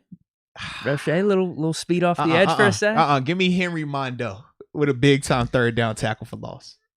Whoa. Okay. Go Henry Mondo. I mean, that could low key be interesting. Seeing Louder Milk, Bugs, Mondo. Yeah. Who else? Wormley, like kind of for those defensive line positions. Maybe that could, because I mean, we shouldn't see Camera too. We'll maybe see those. I don't think we'll see Tyson. Well, no, you might see Tyson. No, I don't think you see Tyson. Definitely no Tyson, no Cam, no Tuitt. So we'll probably be seeing a bunch of those dudes throughout the game. That's why I brought up Henry. Yeah, heck yeah. He'll be due for one. He's gonna get plenty reps. He'll get plenty reps, man. Now, we do have a few super chats. Dang, I literally just saw it too. I was about to click the link. I'm like, oh, all right. Yeah, I'll go first with TJ Hooper. I think you got the next one. Sure. Oh, you go TJ? Okay. Or do you have TJ? No. You're good. You're good. All right, so I'll go with TJ. So TJ Hooper, first off, we appreciate you, baby. Yes, we do. He says, why does everyone want to throw Cam Sutton as the nickel corner just because he can play it? In his opinion, talking about TJ here, he thinks that Cam is a better outside corner than nickel from TJ's perspective. Well, you know why? Uh-oh. Why is that? Pierre Island. Oh. Pierre Island's in existence. That's what it is. That's what's going on. They found it on the map. They thought it was a Bermuda Triangle type of situation, but Pierre Island is real. That's what it is. It's very real. That's why they're talking about this. Cam, you got paid. Hey, you got to get on the field somehow, man. Go play slot corner, baby. You bring up a good point, though, man. Pierre, that's... TJ, that's the biggest reason why a lot of people are moving Cam into that slot, because Pierre is having one of those camps. Every year somebody has one of those camps. Now, we'll see if it will translate to season success, because I've seen scenarios where Anthony Chickolo, for example, has lit up a training camp like that, but it hasn't always worked out the same way come the season time. We can go down the list of guys that have lit it up like that. So that's my biggest concern with Pierre. And that's why I said with him, I'm ready to see him in games. He's shown more than enough in practices now. I need to see this in stadium. Can you make those same type of plays? Can you still play with that same demeanor, that swagger that he has out there, the confidence that he's with? Can you still do that when it counts? Because in practice, I can be aggressive jumping this route. You know why?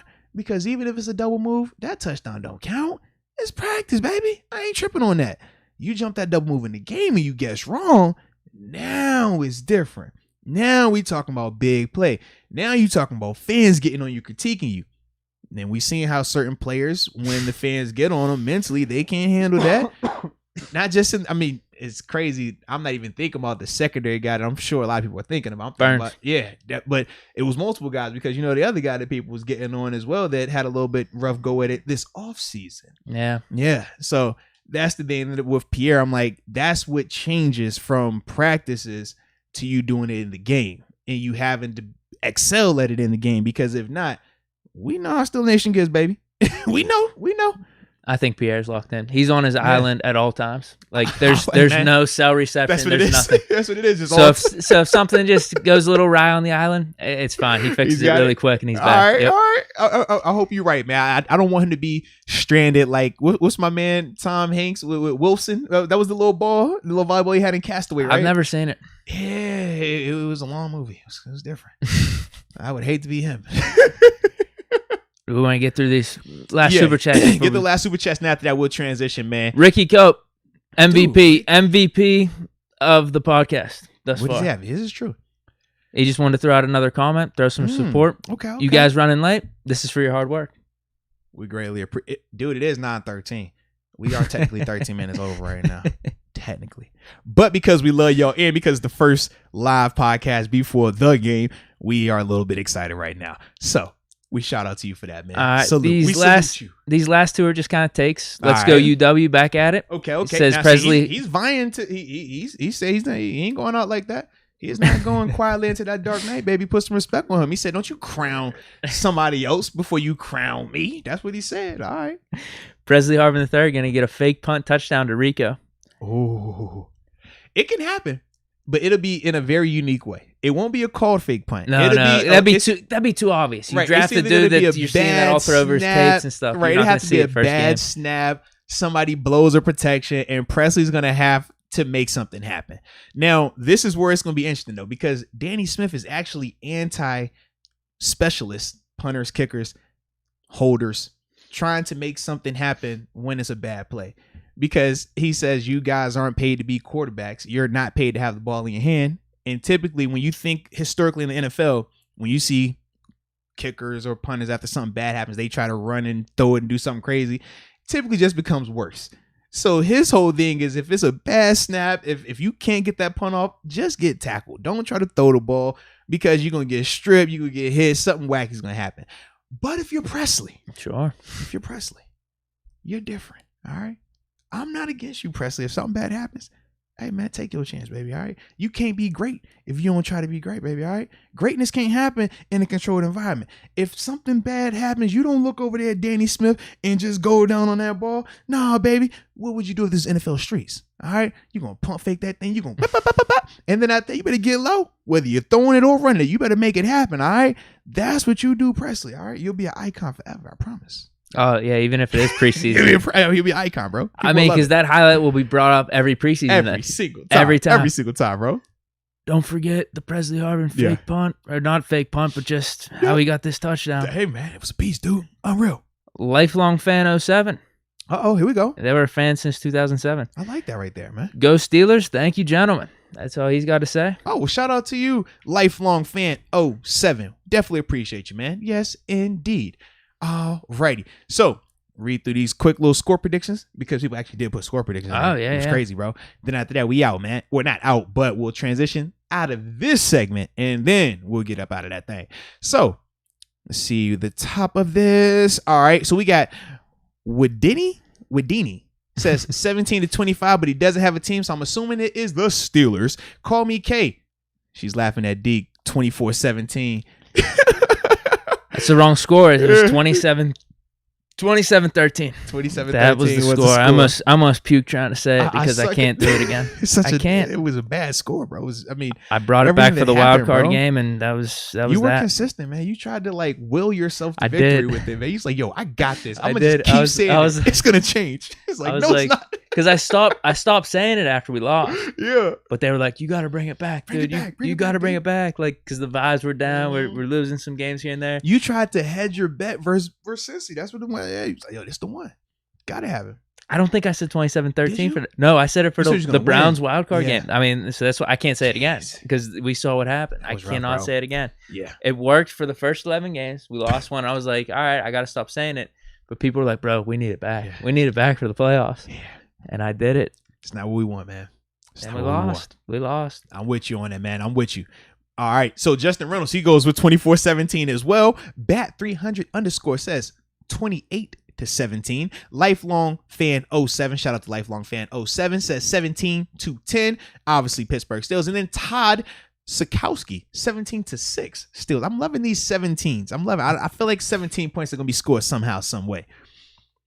Oh. Matt Mixich with the 35 to goose egg. Ooh, okay. Steelers, yeah. I like that. Richard Stone, 2-0. Now we got some opposition here. Paul says Cowboys by 10, 27-17. Interesting. Yeah.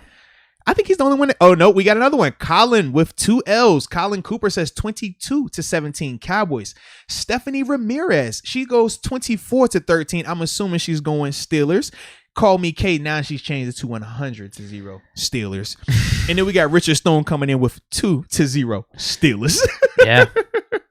Yeah, the 2-0 victory. I mean, who's getting that safety? Henry Mondeau. Come on, man. Okay, Mondeau. Yeah. Henry Mondeau. Walk-off safety for the win. And then we got some recent comments. 24-10 Steelers, 21-13 Steelers. Ooh, okay. Rocky with the 16-13 W. I like the 16-13. Oh, Michael Patrick McCray. I've seen like 30 scores from you, Michael. You keep putting them in there.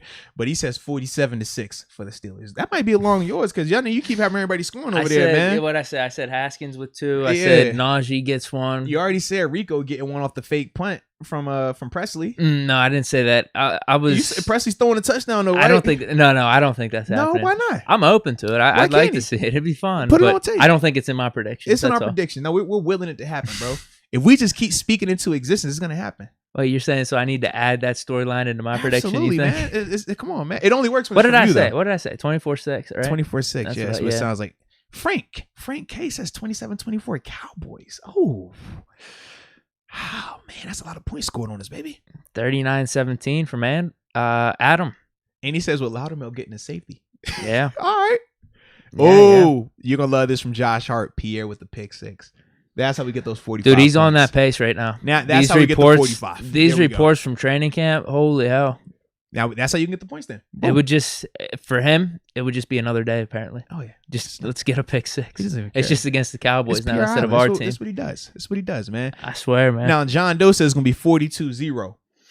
I hope so as well. Shout out to my 420s out there, baby. Yes, indeed. Yes, indeed. So yeah, man. I think that's it. Yeah. I'm about to say before another super chat pops up on this part of the conversation. We still got one we need to answer though. The Lakers. You're right. You're absolutely right. Lakers at the end. So here we go. We're gonna switch real quick to talk about this Madden ranking, man, because this Madden ranking. You were on vacation when this stuff was popping, man. Bro, I was, and I was just like, "Yo, this is out of control, There's man." big time outrage, man. Like, bro, I've been hearing it, I've been seeing it, and I was like, "Yo, what is going on with our friends at EA Sports? Make it make sense, baby." So I'll just go through a couple of them here. Who knows? Maybe we'll go through them all. TJ Watt at a 94. So he's rated.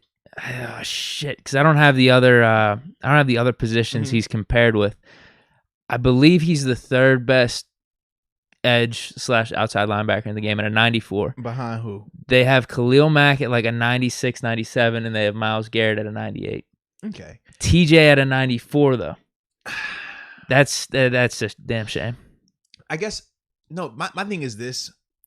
In terms of how they're viewing Myles and Khalil, I think we talked about this before with PFF. We said, if you're just talking about physical specimens, right? Freaky athlete, passed the eyeball test, all that. Sure. Myles Garrett, he looks like that for a reason. I mean, TJ ain't passing a ton of eyeball tests. Now, TJ can play his tail off, and that's really all that matters. But with some of like the game stuff in the rank, I do know they play some of that into it. So that's why I think Myles is as high as he is, and why TJ is sitting at 90. You said 94, right? 94. Instead of being higher. I think that is probably it. Because even with Khalil, like Khalil is a specimen. You look at Khalil, like he's scary. You know what I mean? Like they probably have TJ Watt with better coverage ratings, but that doesn't necessarily translate to a better overall for an edge. For an edge guy, right? Whereas you talk about, I mean, I'm sure the strength. You look at the strength rating for Myles and Khalil versus TJ. I want to see what that is, man, as well. You want me to pull it up? Yeah, let's do it, man. We got damn. time. Let me try to figure this out real quick then. Dude, this might be tough for me. Hold on. Uh-oh. I'll put it to you this way. I do think they dropped their top 10 strength rankings, and I don't think TJ Watt was on it. But I don't know if that was just for outside or if it also included inside. Because if it was inside, then obviously you have a lot of guys like Aaron Donald and stuff. Because I feel like that's why some of these people keep trying TJ like that with his ranking, whether it's in a video game or even when we talk about whether it's ESPN, PFF, NFL.com. They sometimes fall for that eyeball. They like the guys that look the part as well as are productive. Whereas with TJ crazy productive, but standing next to those guys, it's going to look a little bit different just standing there. Okay, I'm struggling to see the strength rating. But yeah, he is 3. Myles Garrett 98, Khalil Mack at a 96. Yeah. I get what you're saying because I know how certain attributes affect the overall rating for a certain position. Yeah. I still feel like it's just asinine. Like 94, dude. I agree. 94. He should be higher, but that's somehow, just the reasoning with it, though. Somehow fix your algorithm. I mean, 94 versus Myles Garrett at a 98. If Myles Garrett's 98, just make TJ a 98. That's fine. I agree. That's fine. Khalil Mack at a 96, though, man. Based off these past couple seasons. You want me to go through the rest of the Steelers? Yeah, man, because I know Minka got did dirty, too. Oh, my God. No, his was worse. I thought they were going to screw with TJ. They did, but nothing's worse than TJ last year because they gave TJ an 87 last year after almost winning Defensive Player of the Year.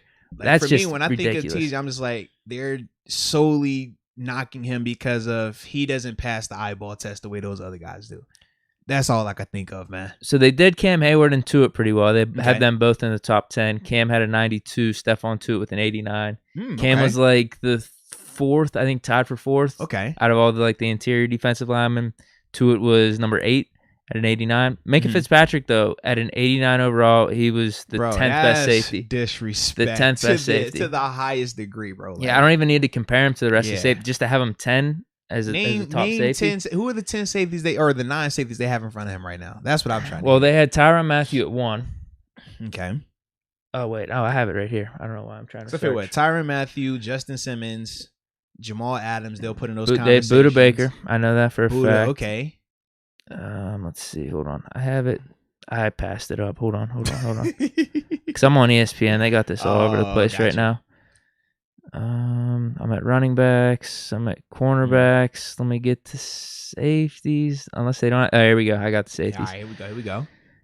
They have Devin McCourty at 3, Buda Baker 2, Tyrann Mathieu at 1. Man, nah, y'all gotta stop this, bro. Justin Simmons at 4, Jesse Bates, Jamal Adams, Harrison Smith, and then they have Minka. Yeah, they are tripping. 1,000% tripping, bro. I think Mathieu he's a 95 is the highest. Yeah. Buda Baker's a 93. So they have the overalls for all the safeties kind of down compared to the other positions. Why do they have Minka so low? Just disrespected. I'm like, even his flaw, which is more so the tackling part, like, I don't feel like that is enough to have him that low compared to some of these other guys. Like, nah.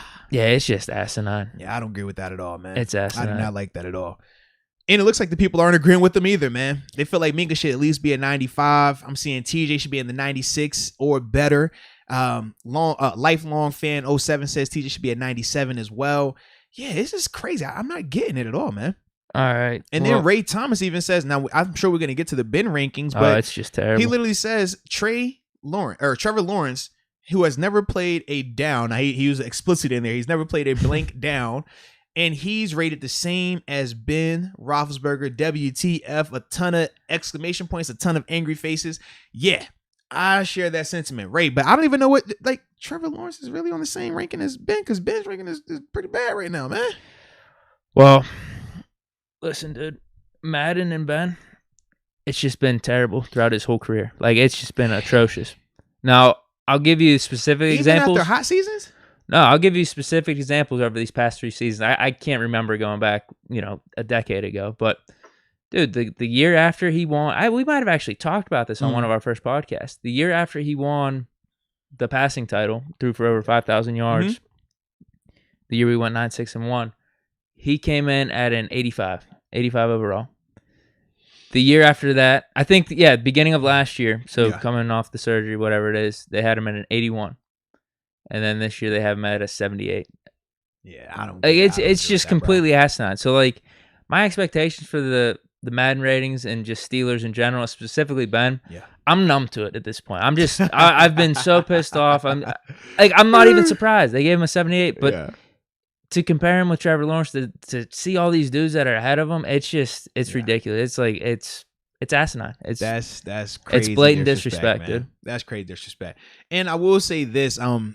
I know, how you say Lucius Alexander. He was like, who cares about the rankings? I will say this, as a player, we always cared because growing up, right? Your first experience playing football is on the video game sometimes, or with a lot of us, right? So you grow up creating yourself. You grow up always waiting for that moment where you don't have to create yourself on the video game anymore, where they're actually going to have your picture up there. They're actually going to have your legit stats up there. I remember for me, last name Moats. It was no other NFL player when I was growing up that had the last name Moats. So on the video game, they would just read my number off. I make a play. Would never say my last name. Then I get to the league and they're like, oh, Arthur Moats on the play. So that's the biggest reason why a lot of us players, current, former, we do care about the rankings, baby. It means a lot because this is where we're getting technically evaluated. It's no different than any other top 10 list. You want to be the best on every list. You want your rankings to be the best. So that is the biggest reason why I know I care about it. And I know with Deke's a gamer. Deke play that Madden. Yeah, I'm pissed off because it's messing up his super team, bro. Ben's card. He's not gonna get a core elite in Ultimate Team, and what that means, you're not gonna get a power up with it. It has to do with all the chemistries. Absolutely, and shit. Man. But it's a big deal whenever you're starting off the game. So Ben's not going to get that in Ultimate Team. So I'm pretty pissed off about that.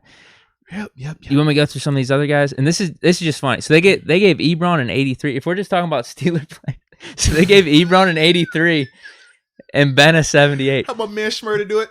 Which I'll tell you this, for Ebron to get that rating, I'm kind of amped up because to have like a fast tight ends is like really valuable in Madden. Like he's 86 speed, 83 overall. I don't know what that's going to translate to Ultimate Team, but it's probably going to be something similar. But it just goes to show you how ridiculous their ratings are right there. How is Ebron? They have Ebron at 83 and Ben at a 78. It's not even a shot at Ebron, but it's like Ebron at 83. Who's the best rated player on our offense right now? Juju. Where is he at then? 84. So you mean to tell me Ebron is one behind the best player on our offense? Based on Madden rankings? I don't necessarily agree with Juju in 84. Actually, he's fine at an 84, but here's my problem. They have Deontay at an 81 and Claypool at a 78. That's my issues then. Yeah. They need to be equal with Juju. I think those receivers are pretty much equal. Yeah. All have their benefits or pluses, but all have their cons too, or negatives. But they should all be around the same area. And Ben is at 78? Yeah. And they have Tyson Alualu at an 83 and Ben at a 70. Like, it's just... It's laughable. No. Wait. You're not going to take no shot at Tyson like that. I'm just saying, to have him at an 80... Tyson's rating should be 100. You know why? Because he's a part of 2010 draft class, so he can never do anything wrong. Tyson, I love you. Keep representing for the 30 and older crew, baby. From the heart. It's just, I'm just pissed I'm even having this conversation. Like, Ben should be in the 90s. Like, that's what even just pisses me off, to where I even have to compare him to dudes like Alualu and Ebron at 83. Like, it's not even a comparison. Like, to me, when I just think of when we watch the Steelers play, have we ever said that Ebron is our number one player, our top 3 offensive player? Like, based on what we saw from him last year, we didn't feel like that. So that's the part to me where I'm just like, if you're going to rate him at 83, how the heck is Ben so low? How the heck is Claypool? Like, I don't... You want me to name a few more in the 70s here? Let me hear some more. Now, I'm kind of amped up. Let's get a little bit more of this over here. I'm kind of amped up about this with Devin Bush. He's a 77, which I'd like to be a little higher. I'd like to be higher, maybe low 80 or high 70. That's what I mean. 90 speed. That's all that matters. Okay. To have a 90 speed Devin Bush, that's perfect, especially for a middle linebacker. Hey, funny thing, as a defender, we knew, all right, we're going to have like crappy rankings, right? We cared about certain attributes, though. For me, I was like, where my speed at? Speed. It doesn't even matter, man. Have my speed. I need to be in them 80s, bro. Have me in them 80s, and I'll deal with that. So, like, for example, I would look and it would say, oh, speed 80. My strength in terms of hitting power would be crazy high because the far of hit. But then they'd try me be like, awareness 50, coverage 50, zone coverage 50, man coverage. I'm like, bro, we coverage every freaking time. Like, if I was playing at 50 in coverage, I'd have been fired by now, bro. Like, this is nuts. But that's mad. You got up to the 80s a couple years, right? I did, man. But even that's respect. It was respect. But you similar to how me, like, you never feel like it's enough. You always feel like, dang, bro, like, can you give me like 83? Man, 84. Come on, bro. Just give me one more. Like, I'm trying to get a low B here, you know? I feel you. Now they have Vince Williams still in the game. 78. Devin at a 77. How do you feel about that? I'm telling you, man, these ratings. As good as Ben. You see what it is? These ratings, man, I'm telling you. They gave Claypool decent speed, 92. That's not bad. Vince retired and he's rated higher than my man Devin. I like it. Oh yeah, him and Ben are the same rate. Like, that's what I said. I was just saying Vince and Big Ben on the same page right now, man. I like it. They gave Naji a 76. They don't. Gosh. The only rookie they gave in the 80s was Kyle Pitts. They gave him like an 81. Everyone else was like he's a freak. High to mid 80s or 70s. I'm sorry. As a tight end on the game then? Yeah. Okay, that makes sense. All right. Yeah. He gonna stand out. Yeah. Throw Edmonds at a 77. I feel like that should be a bump or two higher. But think about this, Edmonds. What's our perspective of Edmonds? It's mixed reviews, but we're optimistic on him on our show. I know some people feel like he's the worst player ever, but just from a framework though of the rankings, 77 is still one behind Ben. Oh yeah, that's why it doesn't that's add why up. their rankings are just laughable. Yeah. Because it shouldn't even be a conversation where we're comparing Ben to any of these dudes in the 70s and 80s. He should be in the 90s. Like, so Ben in the same breath of Vince and Terrell Edmonds, like, and it's not a shot at Vince and Edmonds. Like, we love them dudes, but Ben is Ben for a reason. Like, that's I don't think I have anyone else. They just have a bunch of the unproven guys then in the 70s. We gotta and call stuff. up Ocho. I know he big on the Madden rankings. He had the little video with your boy TB12, so we're gonna need to see if he can do a vid with my man Brady. I feel like Ocho had respect for Ben though. I thought the same, bro. Ocho, all the Ravens dudes like Suggs and Ray Lewis, they all had respect for Ben. It was mutual. I thought. Man. I feel the same way. Like, come on, baby, get it together, Madden, before we call y'all up.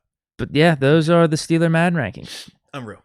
It's just an atrocity. A lot of disrespect, man. I was pissed about the TJ one, but I'm just happy they gave him something in like the mid 90s because they gave him an 87 the year before. I thought they were gonna give him like an 89. So that was like, okay, at least you exceeded my expectations there. I still think he should be higher. Yeah. And then they dropped the Cam Hayward into it because this was the timeline. Then they did Cam Hayward into it. 2 guys in the top 10. I'm like, wow, we can respect. This isn't bad. But then the Minka happened, and then they dropped the full ratings. It was like, all right, you screwed us. I remember hearing about the Minka when I was on vacation. Like I said, I wasn't. There was outrage. It was enough that it got to me, and I was like, "Oh wow, that's what it is." All right. Wow, that's crazy though. Yeah, we gotta talk to Madden, man. You gotta talk to Madden. Yep, Jason Apricot brings up a good point. He says Ocho Cinco is a bungal. Mystery is solved. You are absolutely right.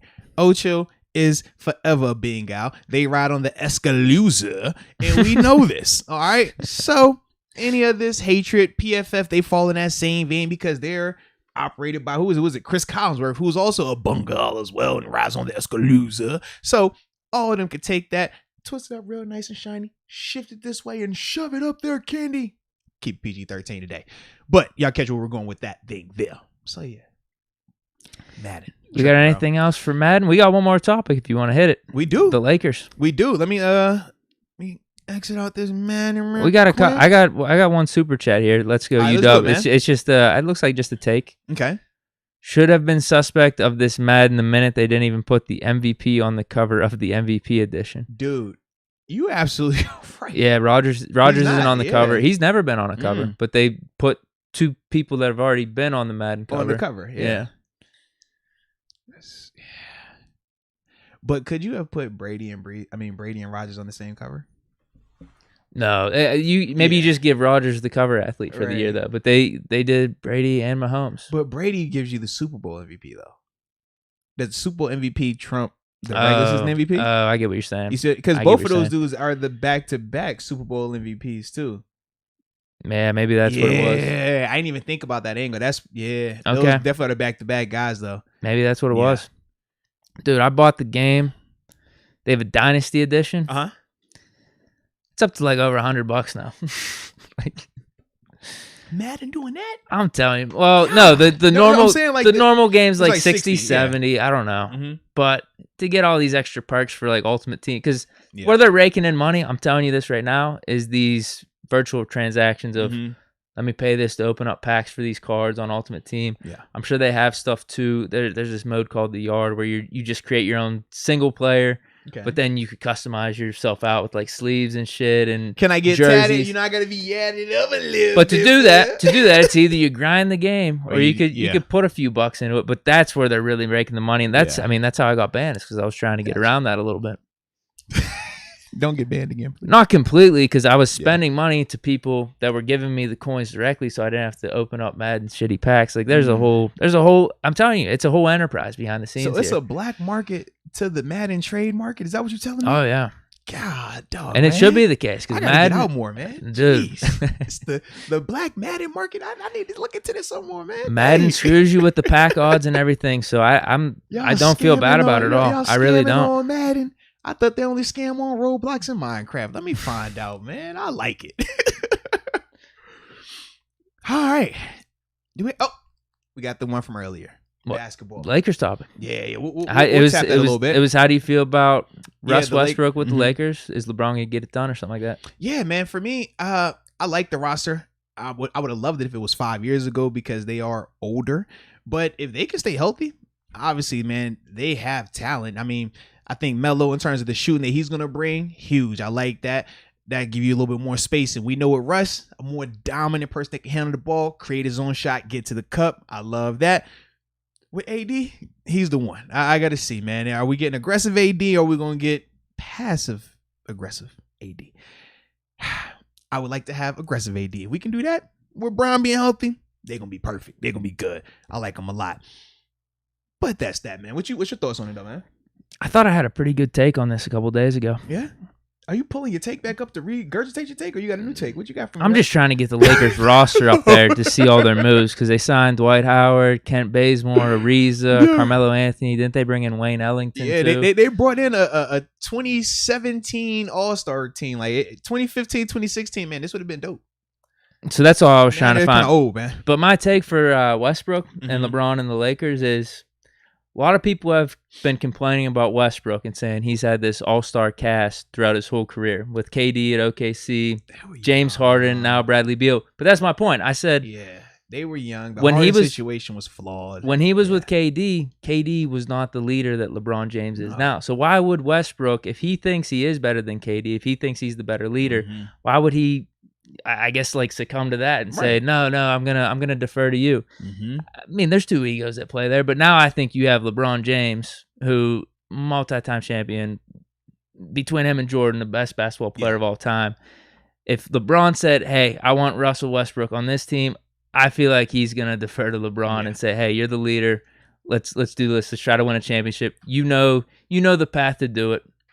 So I'm all in. Yeah. Especially him being in his hometown and everything. I think it could work out. I really do. Now, Kenneth Beamer, he agrees. He said he loves all the pickups.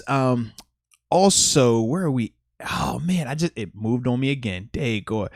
But essentially, man, they like this roster. They just worried about the injury part of it because they're older, age-wise.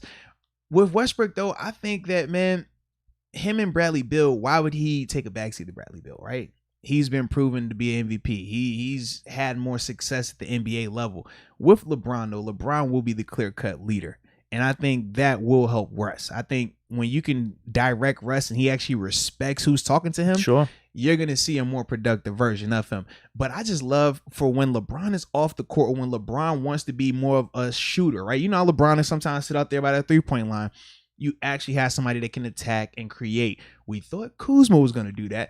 Kuzma was inconsistent. I like KCP doing it, but KCP isn't as talented as Russ. So even though I didn't like us losing KCP, I do feel like the Russ pickup is going to be significant, but they got to stay healthy. I mean, they old. They all them dudes like 30 plus, man. Dude, honestly though, right now, would you say they're the favorites in the West? I'd bet money on them over the Suns. I mean, I thought the Suns' chance was last year. What now? Frank K don't agree with you now. Come on now, Frank K. If they're healthy, I don't care, man. Bart if you got calls LeBron, them the wheelchair Lakers. That's what Bart Basquiat calls them. Wheelchair Lakers, bro. They're up there. Frank K said he was about to puke when he heard you read off these old names on the roster. That's what Frank K just said. You know he's the Suns guy. Melo ain't that bad right now. Like for a role, he could give you 10. He could give you some spot up shooting, give you some spacing. Yeah. What's wrong with that? Who else? Ken Bazemore? Yeah, I mean, come on, bro. No, I'm not even. I'm about to say, don't you do that? Don't. Ariza's a little old. I don't know though. He's got that Lakers heritage. And Dwight Howard. Don't forget him. Yeah. Actually, Howard did do good. I like Howard. He did do good for them. He's probably the healthiest of those guys, though. Him and Russ, probably. Yeah. That dude's old, man. What's the deal with Ellington? I don't know. 30. He old. He never lived up to what I thought it would be. No, but yeah, I think the main reason for these guys is just strictly spot up shooting. But if they can do that, this roster can definitely work because you know AD gonna pound you inside, you know Bron can pound you inside or outside, and Russ is gonna get to that cup. So Ellington, this is my point. Yeah. So Ellington last year averaged 9 points a game, 42% shooting. Okay, and that's on 6 attempted threes. So he was 2.5 out of 6. That's pretty damn good. If he could give you that. And same, like Melo's probably in that same range too. I think he was in the double digits in terms of what he was averaging. But dude, I think that's what they were looking for right there in terms of the 3-point shooting. Now you got Russ, LeBron, and AD is kind of like your big three. Those dudes can get to the bucket, get you points that way. If LeBron, like you said, if he just wants to chill a little bit here and there, he could spot up and shoot some threes if he wants. Now, Amario Wade said that AD is the youngest player of that group, but his body parts are the oldest. Probably. That group. Yeah, probably. I'm not a fan of that, man. If they're healthy, you bring up the point and about health. He said AD is always hurt, as we've seen. If they're 100% healthy, I still think they're the favorites. I would bet money on them. Yeah, they got to be healthy, or at least healthy LeBron, healthy Westbrook. I like that. I can work with that because healthy Even Westbrook without Davis. You need that in the playoffs. Yeah, but you know how I feel about AD. Like, I don't like the flip-flop. Be aggressive all the time or don't be aggressive. I hate where we expect him to be aggressive and then he's out here passing the ball to Caruso. He's passing the ball to Kuzma. He's passing the ball to everybody. Like, no, if Bron's not on the court, you're the alpha. You take every single shot or you create the shot for somebody else. Russ is going to give me that. For better or worse, he's going to give me that. But we can work with that. And that's what I like with Russ, man. With AD, I don't know, man. I'm losing my hype for AD a little bit. Damn. Based on, what I've been seeing from an availability and just a mentality, perspective. So we'll see though. He'll get a chance to grow. And Jaga. Yeah, make sure I said that right. Kent Bazemore was fun to watch at ODU. That's from the crib right there, man. I enjoy watching him there. And he would have to play against JMU at times. And obviously them dudes would cook us. So that was always fun to see as well, man. Shout out to that group though. Kent Bazemore, my dog, Ben Finney as well, man, with that same group. Man, that's back with, oh man. That's a good time. Good time. Hooper's down in the 757, man. I'm just trying to look up Kent Bazemore's 3% real quick. I want to see that. Because I know Melo did pretty decent last year. Like, if that's what they're looking for. Yeah. Some guys that could play some defense, some guys that could shoot some 3 and D, man. We need 3 and D. Now, hold on. Bazemore, yeah, he's 31. He played 20 minutes last year. 40% from 3, but he only was shooting 2 threes a game. Yeah. A little over 2 threes. I like his defense, and I like his effort, his mentality. I hope I'll have a better feeling towards him now that he's on LeBron's team versus when he was with the Hawks and stuff like that. He was on the Lakers once before. Yeah. Now he's back. Yeah. I mean, it's like the reunion tour. You think about Trevor Ariza, Dwight Howard. Yeah, this is the reunion tour, man. Yeah. Yeah. I like their chances if healthy. Yeah, they just call Westbrook a violent shooter. That is a very accurate description of that man right there. Very, very violent shooter. And no, Melo isn't going to play D, but we don't need Melo to play D. We just need him to go shoot 3-pointers like he was doing in Portland, and he'll be good. Yeah, I think he could be. I think he could be a good role player for them. Yeah, but that was, that's kind of how I felt about, the whole Lakers situation, man. You got anything else on the Lakers? No, I'm good. Yeah. If you got LeBron James, you got Anthony Davis. You got a chance, bro. I don't care what pieces you throw around them. I mean, they had Rondo being their third guy, essentially in the playoffs where they won the championship. I like Russ over Rondo. That's what I'm saying, dude. Rondo did have a magical playoffs there in terms of how he was shooting, but it's not like they had the most amazing pieces around him when they won the championship, really. And you get one of those pieces back with Howard, and these guys are a lot more consistent. Dude, they were using Howard and what's the other dude? JaVale McGee. Yeah, he was another guy giving them big minutes. That's what I mean. They still have Marc Gasol too? Yes, I'm not saying he's amazing, but as one of your depth centers, along with Howard and AD right now, that's not bad at all. Russell Westbrook's going to be your third guy. Your third guy in your championship season was Rondo. It was supposed to be Kuzma, like you said. People were hoping that he would elevate to that role, but it never happened. Absolutely. So hey, if Westbrook as your third spot guy, he's going to give you 20 a game at least, tons of effort, and then you got a bunch of dudes that, in my opinion, are probably upgraded as 3-point shooters than what you had. I could see that. That's what I'm thinking. How's their defense going to be? I don't know. I don't pay as much attention to that just in my life in general. But we know. That's what I'm here for. I'm here to get the defense back, man. All right, Ariza, the defense back. Ariza. All right, yeah, man. I'm good though. I got nothing else. Now this is a blast, man. This is a blast. And no, this will not be a 3-hour podcast. I see my man Jerry 3260 says 3-hour podcast. Gonna come in clutch for work tomorrow. Bart Boscat says shrooms. This podcast made time go by quick at work. Thank you. No, we appreciate you. Shout out. Like we said, man, first preseason game tomorrow. Enjoy it, man. Take it in. Embrace the fact that we got football back, ladies and gentlemen. We know it was a rough one last year with no preseason. So enjoy it. Then after that, like I said, Friday morning, man, right here for the Wake and Bake, 9 a.m., man, we getting it in. So that being said, enjoy yourselves. We appreciate y'all for tuning in. Coach. Until next time, baby. Peace.